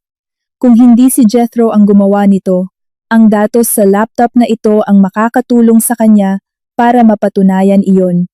Nang marinig iyon binitawan na ni Jethro ang laptop, ngunit lalong naging balisa ang kanyang mukha. Nagtanong ulit si Resty kung sino ang nagbigay ng sample na sulat na iyon. Nang makorner napilitan ng magsalita si Jethro. Hindi ako ang gumawa niyan. May taga-kumpanya mo ang nagpadala sa akin. Ang sabi niya internal format daw ito at kailangan lang baguhin ng kaunti. Natigilan kami ni Resty. Ang format ng sulat, ang document code layout at footnotes ay napakakapareho ng opisyal na dokumento. Mahihirapang kopyahin iyon ng tagalabas kung hindi pa siya nakapasok sa internal system. Tinanong ni Resty ang pangalan ng taong iyon ngunit tumahimik si Jethro at sinabi lang na nag-usap sila sa pamamagitan ng middleman at hindi pa sila nagkikita sa opisina. Pinayuhan ko si Resty na i-report agad ang insidente ng mismong gabi na iyon. Agad na pumigil si Nanay Carmela. Kaka-promote pa lang daw niya tapos kung siya pa mismo ang magre-report para na rin niyang inamin na may problema ang pamilya niya. Siya na raw ang mag-uutos kay Jethro na ibalik ang pera at pupunitin ang lahat ng sulat para tapos na. Tiningnan ni Resty ang ina niya na may halong pagod. Akala raw ba niya kapag pinunit ang sulat ay mawawala na ang problema. Naipadala na sa maraming tao ang dokumento, natanggap na ang pera at napeke na ang pirma at selyo niya. Kung mananahimik siya, mas magmumukhang siya ang nasa likod nito. Naglakad siya papuntang balkonahe at direktang tinawagan ng chairman ng board of directors si Sir Roberto Montelibano. Kinuwento ni Resty ang lahat mula umpisa hanggang huli, nang hindi tinatago na ginamit ng kanyang pamilya ang pangalan niya para mangalap ng pondo. Natahimik ng matagal sa kabilang linya. Pagkatapos ay inutusan ni Sir Roberto si Resty na dalhin ang lahat ng ebidensya sa opisina kinabukasan at mahigpit siyang pinagbawalan na kontakin ang kahit sinong empleyado para maiwasan ang bias sa investigasyon. Walang nakatulog ng gabing iyon. Nakaupo lang sina Jethro at Rochelle sa kanilang kwarto. Paminsan-minsan ay naririnig ang pag-aaway nila. Palakad-lakad naman si Nanay Carmela sa pasilyo. Minsan ay sinisisi si Jethro sa pagiging sakim. Minsan ay sinisisi si Resty dahil hindi daw marunong magtago ng problema. Nakaupo lang si Tatay Donato bagsak ang balikat at tila tumanda ng ilang taon sa loob lang ng isang gabi. Kinaumagahan sinamahan ko si Resty sa opisina. Pagkapasok pa lang niya, hiningi na agad ang access card niya at pansamantalang sinuspinde ang access niya sa system. Normal na security procedure iyon. Ngunit ang naguusyosong tingin ng mga empleyado sa paligid ay nagpabigat pa rin sa pakiramdam ni Resty. Kahapon lang ay nakapila sila para batiin siya, pero ngayon ay pumasok siya sa meeting room na parang isang nasasakdal. Sa loob ng kwarto ay nandoon si Sir Roberto, 2 miyembro ng board, ang head of legal, at isang kinatawan mula sa internal audit team. Ibinaba ni Resty sa mesa ang lahat ng ebidensyang litrato, listahan ng mga investor at mga pekeng dokumento. Iginiit niya na hindi siya kailanman pumirma, nagbigay ng selyo o pumayag na gamitin ni Jethro ang pangalan ng kumpanya. Nagtanong ang isang miyembro ng board bakit saktong nagamit sa proyekto ang bago niyang posisyon, gayong hindi pa man malawakang inanunsyo ang promosyon niya. Ipinaliwanag ni Resty na alam na ito ng pamilya niya kahapon pa lang. Ngunit hindi sapat ang paliwanag na iyon para maalis ang hinala dahil halatang maingat na inihanda ang dokumento at hindi ginawa ng mabilisan. Saktong oras na iyon inihayag ng legal division na nakatanggap sila ng isang anonymous na reklamo. Inakusahan nito si Resty na ginamit ang kanyang promosyon para bumuo ng sariling distribution network para sa kanyang kapatid at pinilit ang mga ahente na lumipat para magbigay ng kapital. Kalakip ng sulat ay ang mga litrato ni Jethro na nakikipagkita sa mga investor presentation materials na may mukha ni Resty at isang voice recording. Sa loob ng recording na iyon, malinaw na maririnig ang boses ni Resty. Ituloy mo muna. Kapag may nangyari ako ang bahala. Napatingin ako sa asawa ko. Agad niyang sinabi na ang linyang iyon ay pinutol mula sa ibang usapan, ngunit hindi na niya maalala kung kailan niya iyon sinabi. Malamig na nagsalita ang isang miyembro ng board. Hindi pa raw nila hinuhusgahan na sangkot siya, ngunit hanggat hindi pa nabe-verify ang recording na ito, hindi papayag ang kumpanya na patuloy niyang hawakan ang operations. Inanunsyo ni Sir Roberto na suspended si Resty sa loob ng 7 araw para sa verification process.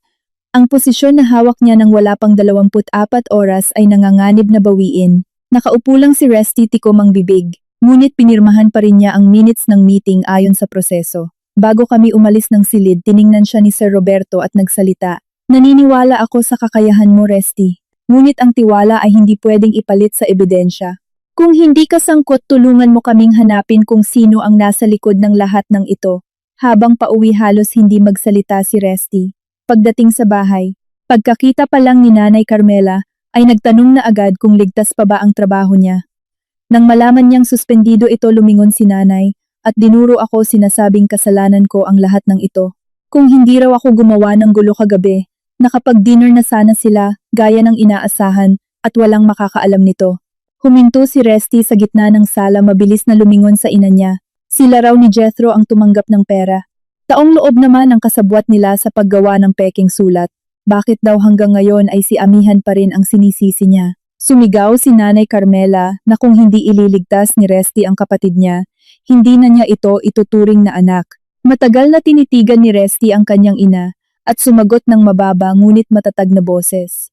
Pwede na raw siyang hindi ituring na anak, pero hindi niya aaminin ang kasalanang hindi niya ginawa para lang sa utang na loob. Umakyat siya papunta sa kwarto niya, naiwang nakatayo si Nanay Carmela. Samantala napagtanto ko na mula noon ang krisis na ito ay hindi na lang tungkol sa utang na 5.5 million pesos. May isang taong naghanda ng sulat ng reklamo, pinutol na voice recording, at internal documents para ilunsad ang atake sakto sa araw ng promosyon ni Resty. Pag-akyat ni Resty sa kwarto niya, hindi agad ako sumunod. Nakatayo ako sa sala, tiningnan ang laptop ni Jethro na nasa mesa pa rin, at naramdaman na may kakaiba. Sakim si Jethro, mahilig magyabang si Rochelle at mataas ang pride ni Nanay Carmela. Ngunit para makagawa ng mga dokumentong halos perpektong kopya ng format ng kumpanya, maghanda ng reklamo, at i-edit ang recording, malinaw na may isang taong napakakabisado ang sistema sa Sancho Appliance. Pinaupo ko si Jethro at inanyayahan din si Tatay Donato para saksihan ang gagawin ko. Ipinaliwanag ko na titingnan ko lang ang mga folder na may kinalaman sa proyekto at hindi ko gagalawin ang personal na datos niya. Napilitang pumayag si Jethro, pero paulit-ulit na sinasabing wala siyang masyadong alam at sumunod lang siya sa utos ng iba. Binuksan ko ang folder ng presentation materials. Ipinakita ng file properties na ang dokumento ay ginawa halos 3 linggo bago pa man opisyal na ma-promote si Resty. Ibig sabihin, alam na ng nasa likod nito, o kahit paano, ay naghihinala na posibleng ma-promote si Resty. Ilan sa mga pangalan ng file ay gumamit pa ng internal device codes na sumusunod sa pamantayan ng mga computer sa opisina ni Resty. Bumaba si Resty nang tawagin ko siya. Umupo siya sa tabi ko, hindi maalis ang paningin sa screen. Binuksan ko ang recycle bin. Sa loob nito ay may maraming sample ng kontrata, listahan ng distributor, at serye ng mga logo na ginaya ang Sancho Appliance. Ang lahat ay ipinadala mula sa isang email address sa pangalan ng Arsenio Villalobos Consulting, na tahimik si Resty. Paulit-ulit niyang binasa ang pangalang iyon, saka bumulong Arsenio Villalobos. Nagtanong ako kung sino ang taong iyon. Ipinaliwanag ni Resty na si Arsenio ang Regional Sales Manager at isa rin sa 3 kandidatong nag-aagawan para maging direktor, matapos ang audit ng utang. Ibinunyag ng proposal ni Resty na maraming distributor sa ilalim ng pamamahala ni Arsenio ang tumatanggap ng mga hindi makatwirang diskwento. Kahit hindi siya na-fire, inalis si Arsenio sa sales division at nawalan ng halos lahat ng pag-asa para sa promosyon. Napatingin ako kay Jethro. Kailan mo pa nakilala ang taong ito? Mabilis na umiling si Jethro. Hindi raw niya ito kilala at online lang sila nag-usap. Binuksan ko ang history ng messaging app sa laptop niya. Lumabas ang serye ng usapan na umabot ng halos 3 buwan. Ipinakita ng unang mensahe na unang lumapit si Arsenio kay Jethro sa isang sales seminar at nagpadala ng mensahe na alam niyang kapatid niya si Resty at pwede siyang tulungang magtayo ng negosyo. Tiningnan ni Jethro ang screen na mumutla. Nagtanong si Resty, "Nagkita na kayo ng personal pero sinasabi mo pa ring hindi mo siya kilala?" Nagdahilan si Jethro na minsan lang sila nagkita at sinabi raw nito na may maganda itong supply ng gamit, inakala niyang magandang pagkakataon iyon. Patuloy akong nagbasa. Nangako si Arsenio na ibibigay niya ang listahan ng mga supplier, presyuhan, at mga sample ng kontrata. Bilang kapalit, kailangang paniwalain ni Jethro ang mga tao na konektado ang proyekto sa kumpanya ni Resty. Nang mag-alala si Jethro na baka hindi pumayag ang kuya niya, sumagot si Arsenio. "Hindi niya kailangang pumirma ngayon. Hayaan mo lang maghulog ng pera ang mga tao. Kapag nangyari na lahat alang-alang sa nanay at kapatid niya, mapipilitan ang kuya mong tulungan kayo." Napayukom ng kamao si Resty dahil sa sinabing iyon. Naiintindihan na raw niya kung bakit itinayo ang plano bago ang salo-salo. Hindi lang nila gustong gamitin ang pangalan niya, kundi gusto rin nila siyang ilagay sa sitwasyong hindi na siya pwedeng umatras sa harap ng buong pamilya. Mas lalong naging malinaw ang mga sumunod na mensahe. Inutusan ni Arsenio si Jethro na i-anunsyo ang proyekto saktong araw ng promosyon ni Resty dahil mas madaling maniniwala ang mga tao. Nagpadala pa siya ng script na isasagot kung may magtatanong tungkol sa garantiya, ginagamit ang mga malabong salita tulad ng suportado ng supply at may taong nasa likod mula sa board. Nagmamadaling nagdahilan si Jethro na hindi daw niya inisip na ipapahamak nito si Resty at akala niya ay humihingi lang ito ng porsyento. Tinitigan ni Resty ang kanyang kapatid, malamig ang kanyang boses. Alam niyang hindi pa niya inaaprubahan ang sulat pero ginamit niya pa rin. Alam niya na hindi nagbibigay ng garantiya ang kumpanya, pero hinayaan niyang maniwala sa maling impormasyon ang mga tao.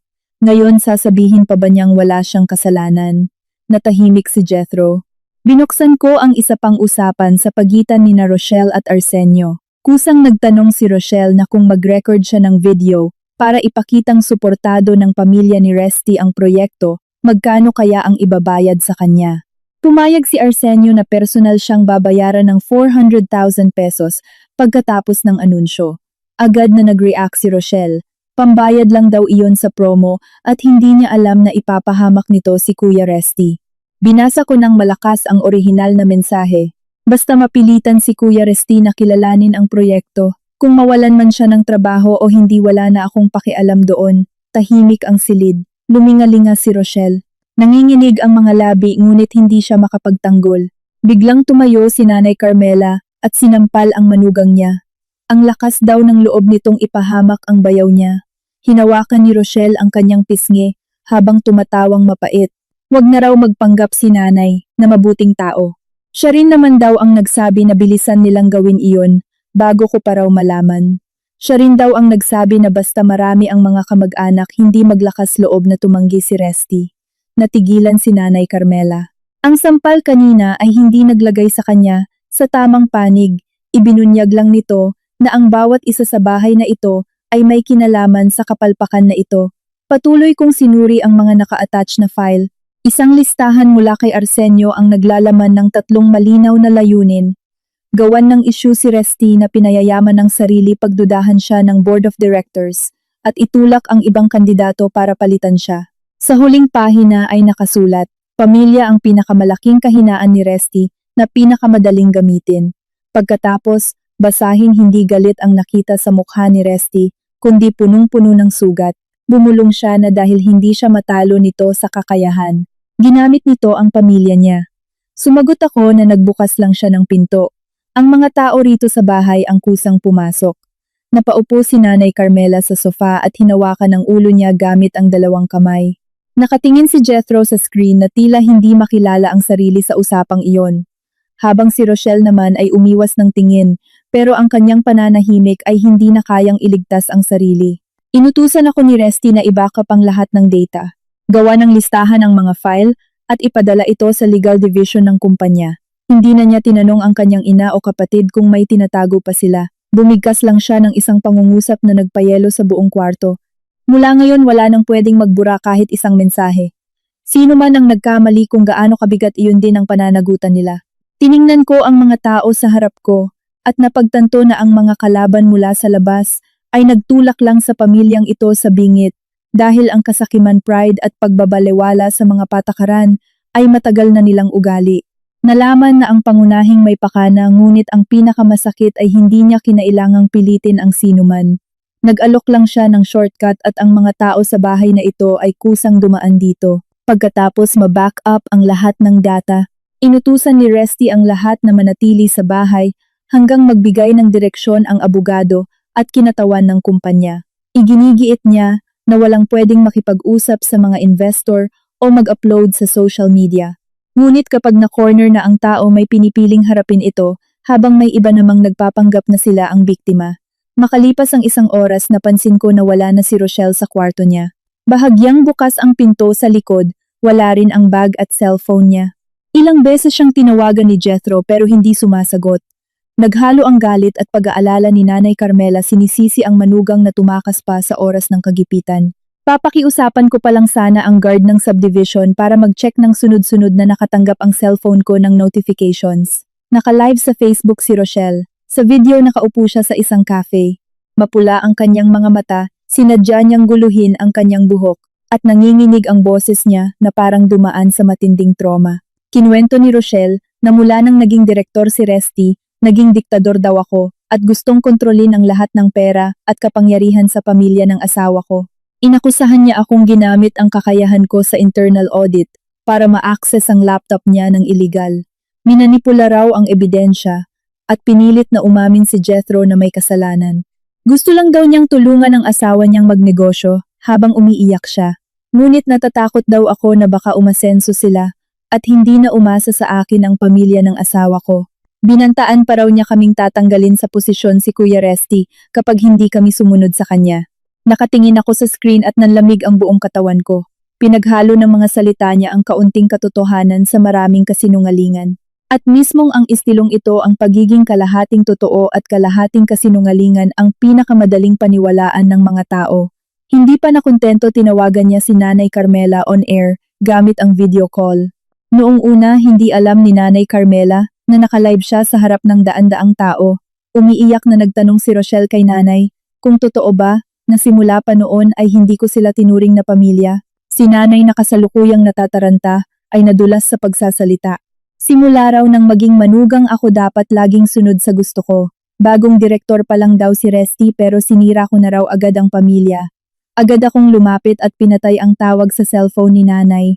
Ngunit sapat na ang ilang minutong iyon. Ang bahagi ng live video na iyon ay naibahagi na sa group chat ng pamilya. Naglabasan ang mga masasakit na komento.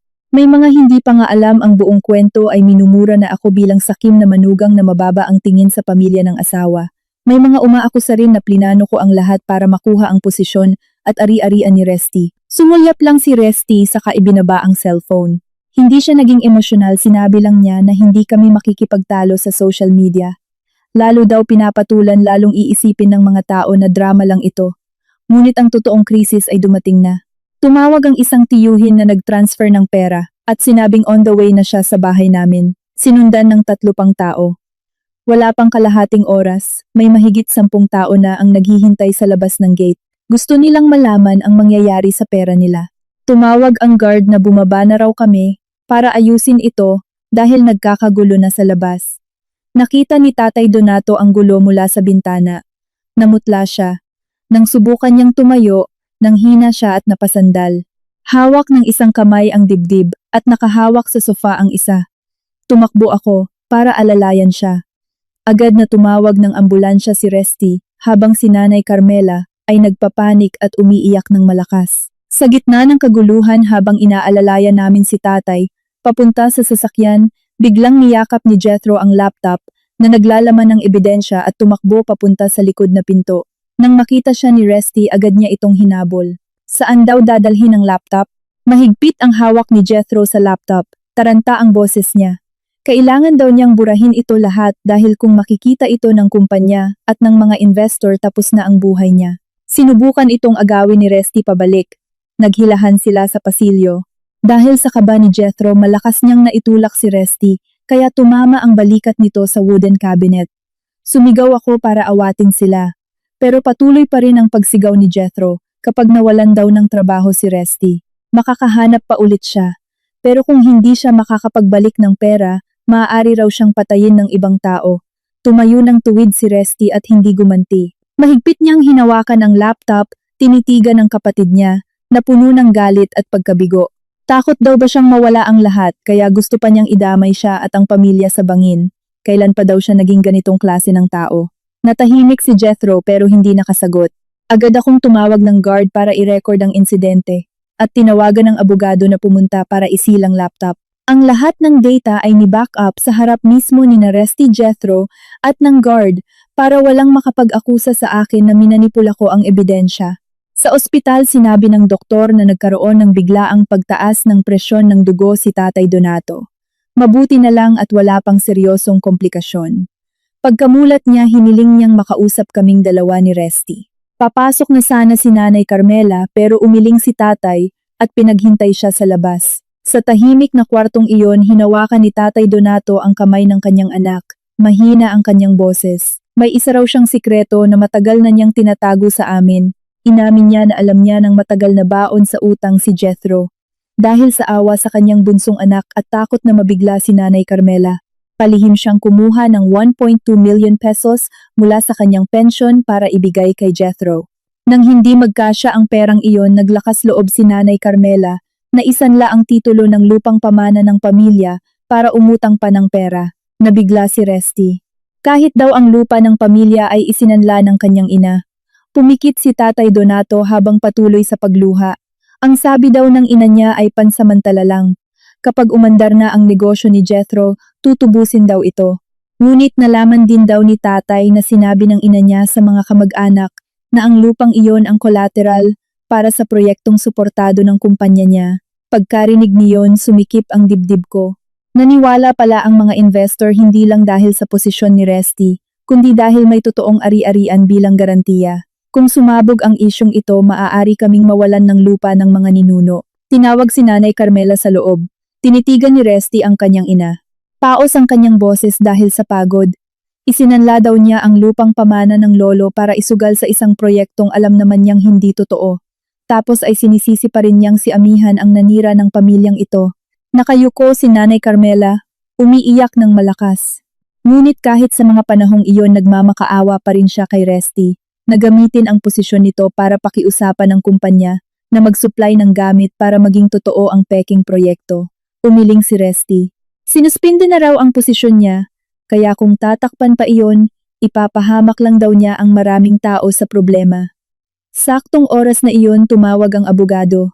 Ibinalita nito, nakakapadala lang daw ni Arsenio Villalobos ng karagdagang reklamo mula sa 3 malalaking supplier na inakusahan si Resty ng pamimilit na sumali sila sa kanyang pribadong network. Kung hindi makakapagbigay ng counter evidence ang kumpanya, tuluyan ng kakanselahin ang promosyon ni Resty bago matapos ang verification period.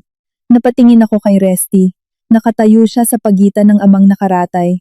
Ang utang ng mga kamag-anak lupa ng pamilya at ang posisyong kakatanggap pa lamang niya ay unti-unting nawawala. Habang sa labas patuloy pa ring umiiyak si Rochelle sa social media na para bang siya ang biktima. Napagtanto ko na simula noon ay hindi na pwedeng patayin ang apoy ng isa-isa. Kailangang may isang malinaw na komprontasyon kung saan mapipilitan ang lahat ng sangkot na magsabi ng totoo sa harap ng magkatulad na ebidensya. Pagkatapos ng tawag mula sa abogado, iminungkahi ko kay Resty na tigilan na ang pagsagot sa bawat paratang isa-isa. Kung ngayon ay abala kami sa pagpapaliwanag sa mga investor, bukas sasagot sa social media at sa susunod na araw magpapadala ng sulat sa mga supplier, mananatili kaming kontrolado ng iba. Para matapos ito, ang lahat ng sangkot ay kailangang umupo sa isang lamesa, makinig sa katotohanan at makita ang parehong ebidensya. Sumang-ayon si Resty.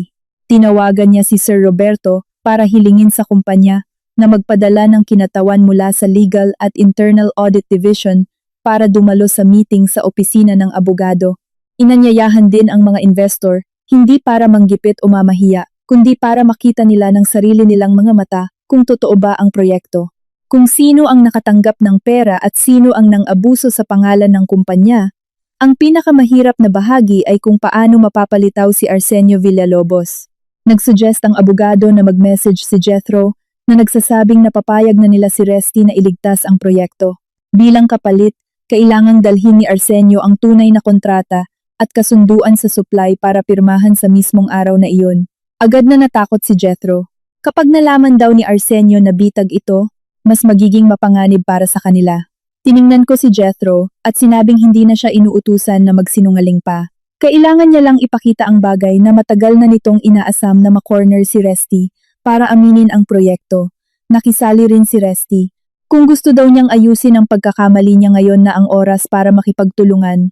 Huwag na siyang maghintay na iligtas. Kaya nagpadala ng mensahe si Jethro. Wala pang 10 minuto sumagot si Arsenio. Nagtanong ito kung pumayag na si Resty pumirma at kung binawi na ba ng mga investor ang reklamo. Hinihingi pa niya ang listahan ng mga distributor. Ipinapakita ng pagmamadali niya na sigurado siyang tagumpay na ang plano niya. Ang pulong ay ginanap noong kinabukasan ng hapon. Nakaupo ang mga investor sa kabilang kwarto kasama ang kinatawan ng kumpanya.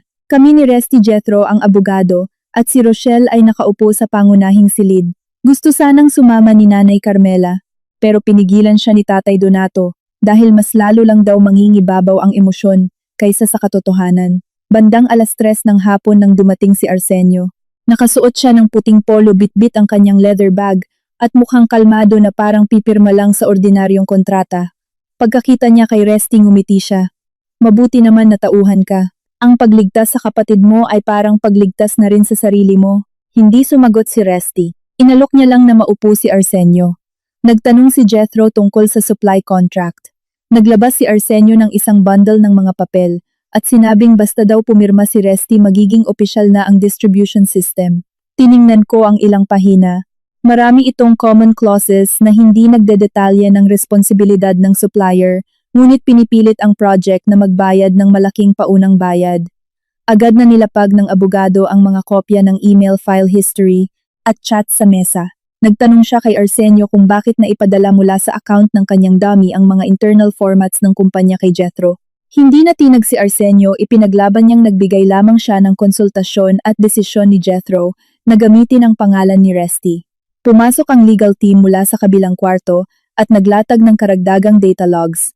Kinumpirma nila na ginawa ang mga file mula sa device na dating nakapangalan kay Arsenio bago siya ilipat. Biglang iniba ni Arsenio ang kanyang palusot, sinasabing baka ginamit na ng iba ang dati niyang computer. Nagtanong ako kung paano naman ang 400,000 pesos na ipinangako niyang ibibigay ng personal kay Rochelle pagkatapos ng anunsyo. Napasulyap si Arsenio kay Rochelle na agad na payoko. Inilabas pa ng abogado ang chat kung saan inuutusan ni Arsenio si Rochelle na gumawa ng video para suportahan ang imahe ng proyekto. Noon lamang umamin si Arsenio na promotional fee umano iyon, pero nanindigang wala siyang niloko. Ibinaba ko ang kopya ng anonymous complaint letter. Kung konsultasyon lang ito, bakit na ipadala ang sulat na ito bago pa man inanunsyo ang proyekto? Natahimik ng ilang segundo si Arsenio, saka sinabing binibigyan niya lang ng risk warning. Agad na idineklara ng kinatawan ng kumpanya na naipadala ang reklamo gamit ang internet connection ng isang apartment na inuupahan ng kamag-anak ni Arsenio.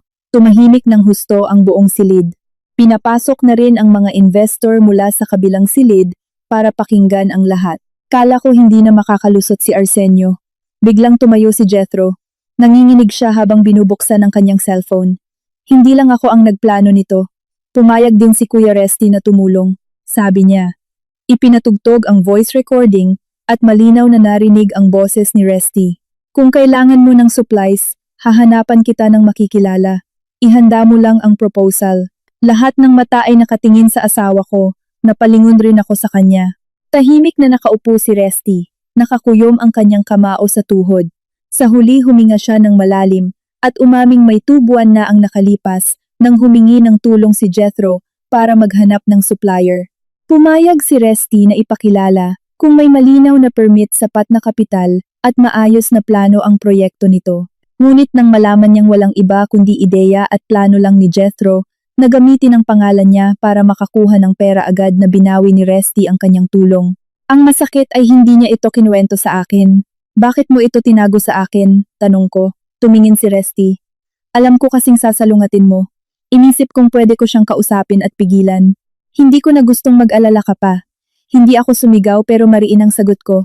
Gusto mo akong protektahan, totoo iyon. Pero hindi ibig sabihin ay itatago mo na ang problemang magkakaladkad sa buong pamilya natin sa bangin. Nakayuko si Resty. Inamin niya na dahil sa ugali niyang nangangako bago nag-iisip at masyadong maluwag kay Jethro, umasa itong basta umabot ang problema sa dulo ay si Resty ang mag-aayos ng lahat. Inihayag ni Sir Roberto mula sa kumpanya na malinaw na hindi si Resty ang pasimuno sa panloloko, ngunit kailangan pa ring managot dahil hindi niya agad ni-report ang potential conflict of interest. Ipagpapatuloy pa rin ang suspension hanggang matapos ang internal investigation. Samantala, ibinigay ang mga dokumento tungkol kay Arsenio sa Legal Division dahil sa indikasyon ng internal sabotage. Hiniling ng mga investor kina Jethro, Rochelle at Nanay Carmela na pumirma sa kasunduan na ibabalik nila ang pera. Pagkarinig niyon sa tawag, pinilit ni Nanay Carmela si Resty na ibenta ang bahay para mabayaran ang utang. Sumagot si Resty, sa harap ng lahat ang pagkakamali ni nanay at pamilya ni Jethro ay hindi pwedeng takpan gamit ang ari-arian ni amihan. Iginiit ko rin na tutulungan kong hanapin kung saan napunta ang pera, ngunit hindi ko babayaran ang utang. Hindi kami isasanla ng bahay at hindi ko gagamitin ang educational plan ng anak namin. Saktong oras na iyon tumawa ng sarkastiko si Rochelle. Kung gusto ninyong malaman kung nasaan ang pera, wag lang kami ang tingnan ninyo. Binuksan niya ang kanyang transaction history at itinuro ang isang account na nakapangalan kay Tita Yolanda, ang nakababatang kapatid ni Nanay Carmela. Mahigit sa 2.5 million pesos ang naipadala roon ng ilang beses na transaksyon. Nangyari iyon mismo pagkatapos pumasok ang investment money. Tiningnan ni Resty si Jethro. Umiling siya. Kay nanay ang desisyon na yan. Agad kong tinawagan si Tatay Donato. Pagkarinig niya sa pangalan, napatahimik siya at nagtanong ng direkta sa kanyang asawa. Sabihin mo sa amin ano bang gusto ninyong gawin sa pera ng pamilya. Natahimik sa kabilang linya dahil sa tanong ni Tatay Donato. Hindi agad nakasagot si Nanay Carmela. Rinig na rinig ko lang ang kanyang mabibigat na paghinga, sinundan ng tunog ng pagkaladkad ng upuan. Makalipas ang ilang sandali nauutal na sinabi niyang pinatago niya lang daw ito sa kapatid niya ng ilang araw dahil maraming nagtatanong sa account ni Jethro at baka daw maubos niya ito. Mariing nagtanong si Resty. Kung ipinatago lang bakit hinati-hati sa 4 na beses ang transfer at bakit saktong kapag may investor na naghuhulog nangyayari ang transfer. Agad na nagalit si Nanay Carmela inakusahang iniimbestigahan siya ng anak niya na parang ibang tao. Ngunit ngayon wala nang naaapektuhan sa pag-iyak niya. Nakaupo ang mga investor at mahigit 2.5 million pesos ang nawawala sa pondo. Nagmungkahi akong huwag na tayong manghula. Sinabi ko kay Nanay Carmela na tawagan na si Tita Yolanda para pumunta rito at tingnan kung nasaan ang pera. Kung talagang pinatago lang mas madali itong patunayan. Tumanggi si Nanay Carmela. Walang kinalaman ang kapatid niya dito. Pinataas ang boses ni Tatay Donato sa linya. Pera niya ang nilipat paanong walang kinalaman. Papuntahin mo siya rito. Wala pang isang oras ay dumating si Tita Yolanda sa opisina ng abogado. Ilang taon ang agwat niya kay Nanay Carmela. Simpleng manamit pero iniiwasan ang tingin. Noong una naninindigan siyang pinatago lang daw ang pera dahil baka daw waldasin ni Jethro. Nang tinanong siya ng abogado kung buo pa ba ang pera, biglang natahimik si Tita Yolanda. Ibinaba ni Resty ang kopya ng deposit slip sa mesa. Isa lang daw ang kailangan niyang sagutin. Nasaan ang 2.5 million pesos ngayon? Napalingon si Tita Yolanda sa kanyang ate humihingi ng tulong. Mabilis na sumingit si Nanay Carmela. Kung anuman sa akin niyo sabihin, huwag niyong pahirapan si Yolanda. Pero doon lalong nakumbinsi ang lahat na may plano silang dalawa. Umamin si Tita Yolanda na ginamit niya ang 1.5 million pesos para down payment sa isang maliit na bahay sa probinsya. Nakapangalan sa kanya hindi kay Jethro, at walang kaugnayan sa project. Ang natira ay pinambayad sa utang ng anak niya. Nangako raw kasi si Nanay Carmela na oras kumita ang negosyo babahagian niya rin ang pamilya niya. Isa sa mga tiyuhin na nag-invest ang napataas tinuro si Nanay Carmela at nanginginig ang boses sa galit. Kami nagbigay dahil ang sabi ginagarantiyahan ng kumpanya ni Resty, tapos ang pera pinambili ng bahay ng kapatid mo. Umiiyak na nagdahilan si Nanay Carmela na gusto lang niyang maprotektahan ang ari-arian para sa pamilya. Ayon sa kanya unti-unting sinusunod ni Resty ang gusto ko, samantalang hindi pa maganda ang takbo ng negosyo ni Jethro. Natatakot siyang baka balang araw ay lumayo si Resty at maiwan silang walang hawak, kaya ibinigay ang pera sa kapatid. Tinitigan siya ni Resty mas nakita ko ang sakit kaysa galit. Takot kayong iwan ko kayo kaya kinuha ninyo ang pera ng ibang tao. Iyon ang tinatawag niyong proteksyon. Napalingon si Nanay Carmela sa akin puno ng hinanakit. Kung hindi dahil masyado kang istrikto at laging patakaran gagawin ko ba to, simula nung dumating siya dito lahat na lang dapat papeles at prinsipyo. Pinutol siya ni Tatay Donato. Tama na. Walang pumilit sa'yong i-transfer ang pera at walang pumilit sa'yo isanla ang lupa. Ikaw mismo nagpalit ng pride para sa kasakiman at isinisi sa iba. Natigilan si Nanay Carmela. Siguro iyon ang unang beses na nakipag-usap sa kanya nang ganoon kadiretso ang kanyang asawa. Nakaupo siya magulo ang buhok burado ang lipstick. Sa oras na yon hindi ko na nakita ang mayabang na babaeng tumatawag sa akin ng tagalabas. Nakita ko na lang ay isang babae na napalayo na sa katotohanan dahil takot mawalan ng kontrol. Hindi ko na gustong patuloy na maging sisihan ang pulong na iyon. Sinabi ko sa lahat na hindi na mahalaga kung sino ang pinapagalitan kundi kung paano maibabalik ang pera ng mga biktima. Kahit anong ari-arian na binili mula sa investment fund ay dapat ilista, i-assess at iprioridad na ibalik. Sumang-ayon ang abogado. Pinakiusapan ni Tita Yolanda na isurrender ang deed of absolute sale at iba pang katibayan. Nagpapanik siya na kung babawiin ay baka wala siyang makuha. Sagot ko mas mabuti ng malugi ng kaunti kesa ipilit ang bahay na hindi niya pera. Hindi pwede na kami ang umako sa mga pagkalugi ninyo. Muling nagdahilan si Jethro na pera raw iyon ng nanay at tita niya kaya hindi siya maaaring managot ng mag-isa. Lumingon ako sa kanya. Ikaw ang tumanggap ng pera at pumirma. Hindi ka pwedeng maghugas kamay porke ginastos ng iba. Kinontra ni Jethro, inutusan lang din daw siya ni Arsenio. Sumagot ako na instruksyonan hindi ibig sabihing hindi mo alam na kasinungalingan iyon. Siya ang gumawa ng plano pero ikaw ang umexecute. Sinabi ni Resty na hindi niya ipagpipilitan sa kumpanya ang project na maging totoo pero tutulungan niyang maghanap ng abogado si Jethro, lilisatahin ang lahat ng investor at aayusin ang plano sa refund. Hindi kita ililigtas, Jethro. Tutulungan lang kitang harapin ito ng tama. Nang marinig ito, dahan-dahang tumango si Tatay Donato. Tahimik at nakayuko na lamang si Nanay Carmela. Nang akalain nilang pwede pang ibenta ang bahay para may bumalik na pera. Isang broker ang tumawag kay Tita Yolanda. Nakuha na ang down payment at kung i-cancel nasa kalahati lang ang babalik. Napasandal na lang si Tita Yolanda. Mahigit 200,000 pesos ang pwedeng mawala dahil lang sa padalos-dalos na desisyon. Nakita kong maputla ang mukha ng mga nandun na iintindihan na ng lahat na ang sakuna ay dumating sa anyo ng numerong kayang bayaran. Walang maaring magtago sa pamilya para pagtakpan ang issue na ito. Simula ngayon bawat isa ay may haharapin sa ginawa niya. Matapos iyon inuwi ko ang lahat ng bank statements, agreements at receipts. Ang 5.5 million pesos ay hindi basta-basta naglaho. Pinaghati-hati ito gamit ang iba't ibang dahilang nagpapaniwala sa kanila. Pambili ng kotse, down payment ng supplies, promotion, rent, fees na tinago sa pangalan ng kamag-anak. Pagsamahin mo malinaw kung paano sila niloko. Hinati ko ang cash flow sa tatlong uri. Una ang assets na naibenta patulad ng kotse ni Jethro at ilan sa mamahaling gamit ni Rochelle. Pangalawa kay Tita Yolanda na medyo may maitatabi at baka mabawi pa dahil kinansela ang bahay. At ang ikatlong kategorya ay naubos na pambayad, credit card, travel, groceries at hindi na maaaring bakasin. Ito ang mahirap bawiin. Tinawagan ko isa-isa ang mga investor at hindi ako umiiwas na magbigay ng tunay na statement. May mga sumisigaw agad, "Di ba? Asawa ka ng direktor. Kasalanan niyo to," tapos naghugas kamay na. Hinayaan ko muna silang sumigaw, saka ako nagsalita. Naiintindihan ko ang nararamdaman nyo, pero hindi kami kailanman nandaya para malinlang. Kayo, hindi ako sasalo ng utang na hindi ako ang nagdesisyon. Gayunpaman handa ako at ng asawa ko na tumulong para ibalik sa tama ang lahat ng buong transparency. Ang iba'y seryosong nagtanong kung kailan babalik. Sinabi ko ng tapat na wala pa. Mahirap ibigay ang tiyak pero araw-araw ay sinusubukan naming malutas ito ng legal. Alam ko hindi iyon nakatulong pero mas maiging maging tapat kesa dagdagan ng kasinungalingan.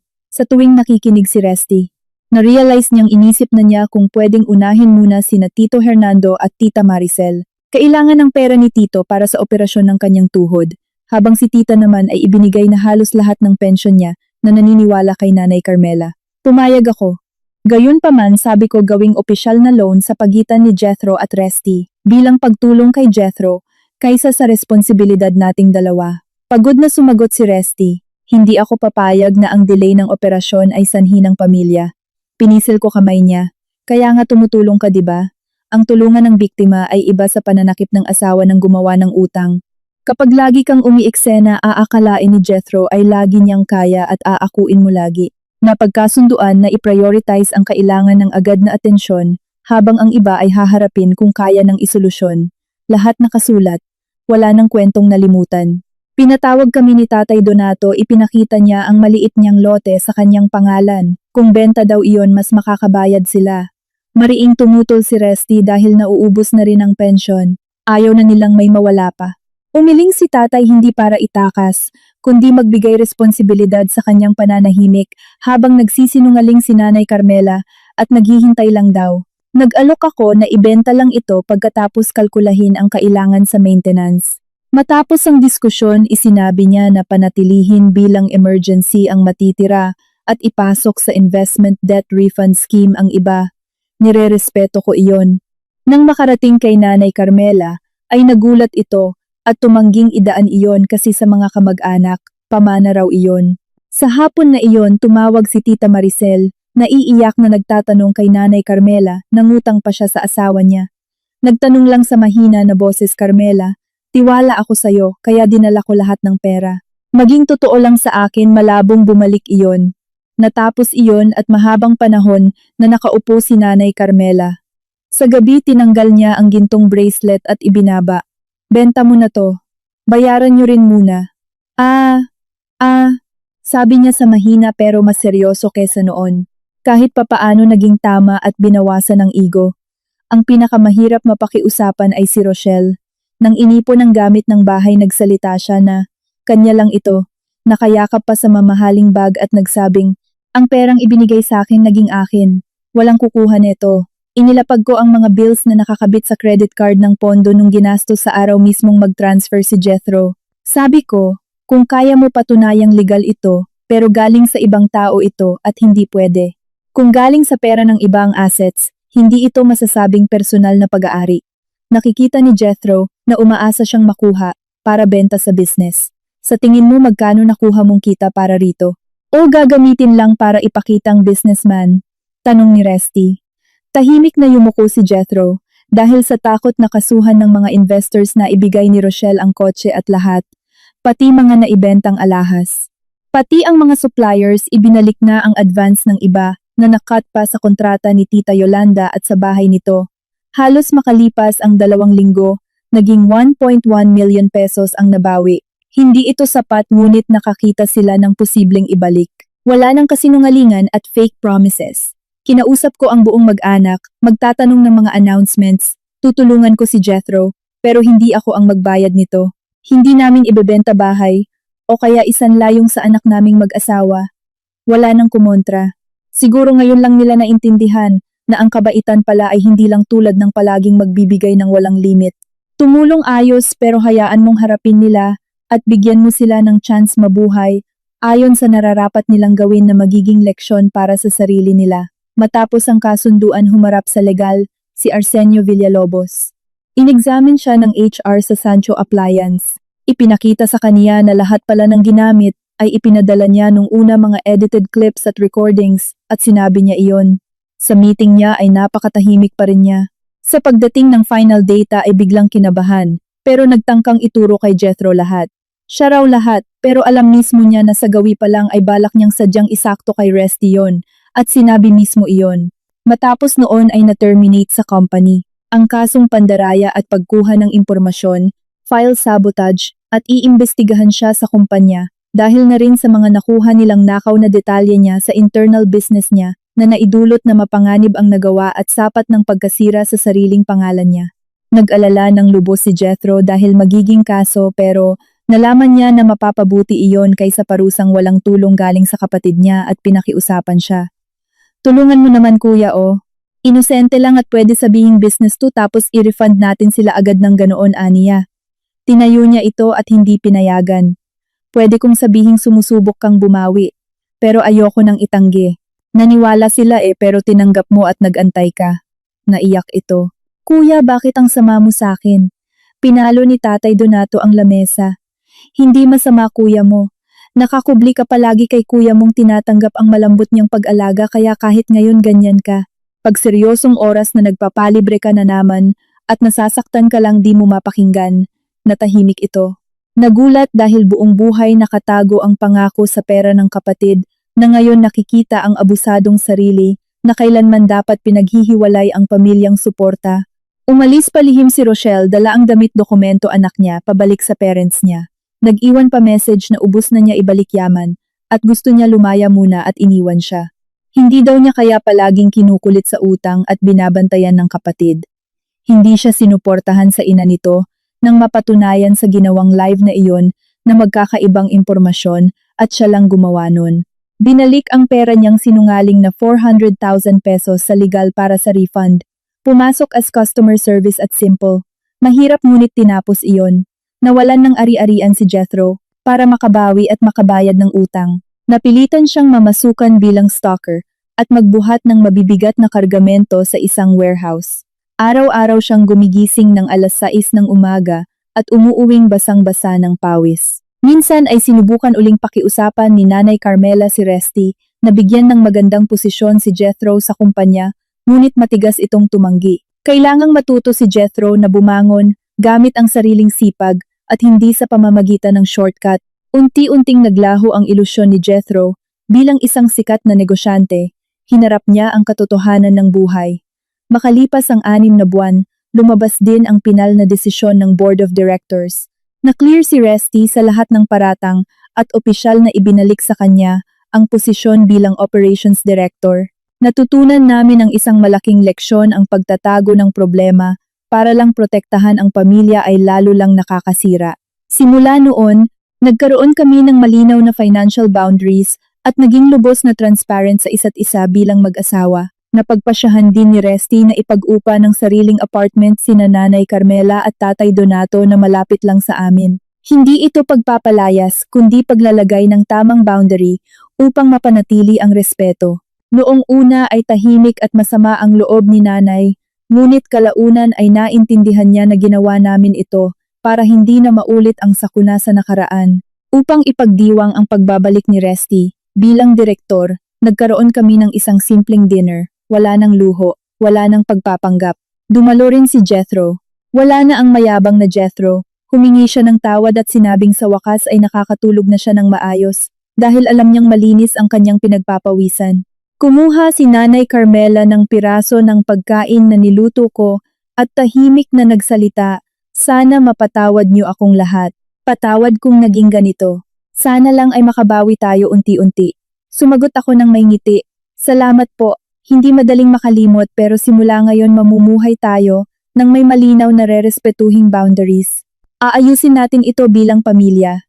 Tiningnan ako ni Resty, hinawakan ang kamay ko at sinabi sa harap nila, "Nandito si Amihan hindi para manira, kundi para protektahan tayo. Mula ngayon wala nang lihiman." Gumaan ang pakiramdam ng lahat. Marami kaming naging pagkakamali at nasugatan ang aming pride, ngunit sa huli natutunan namin ang tunay na kahulugan ng pamilya, ang pagiging tapat, ang pagrespeto sa limitasyon ng bawat isa, at ang pagharap sa katotohanan ng magkasama.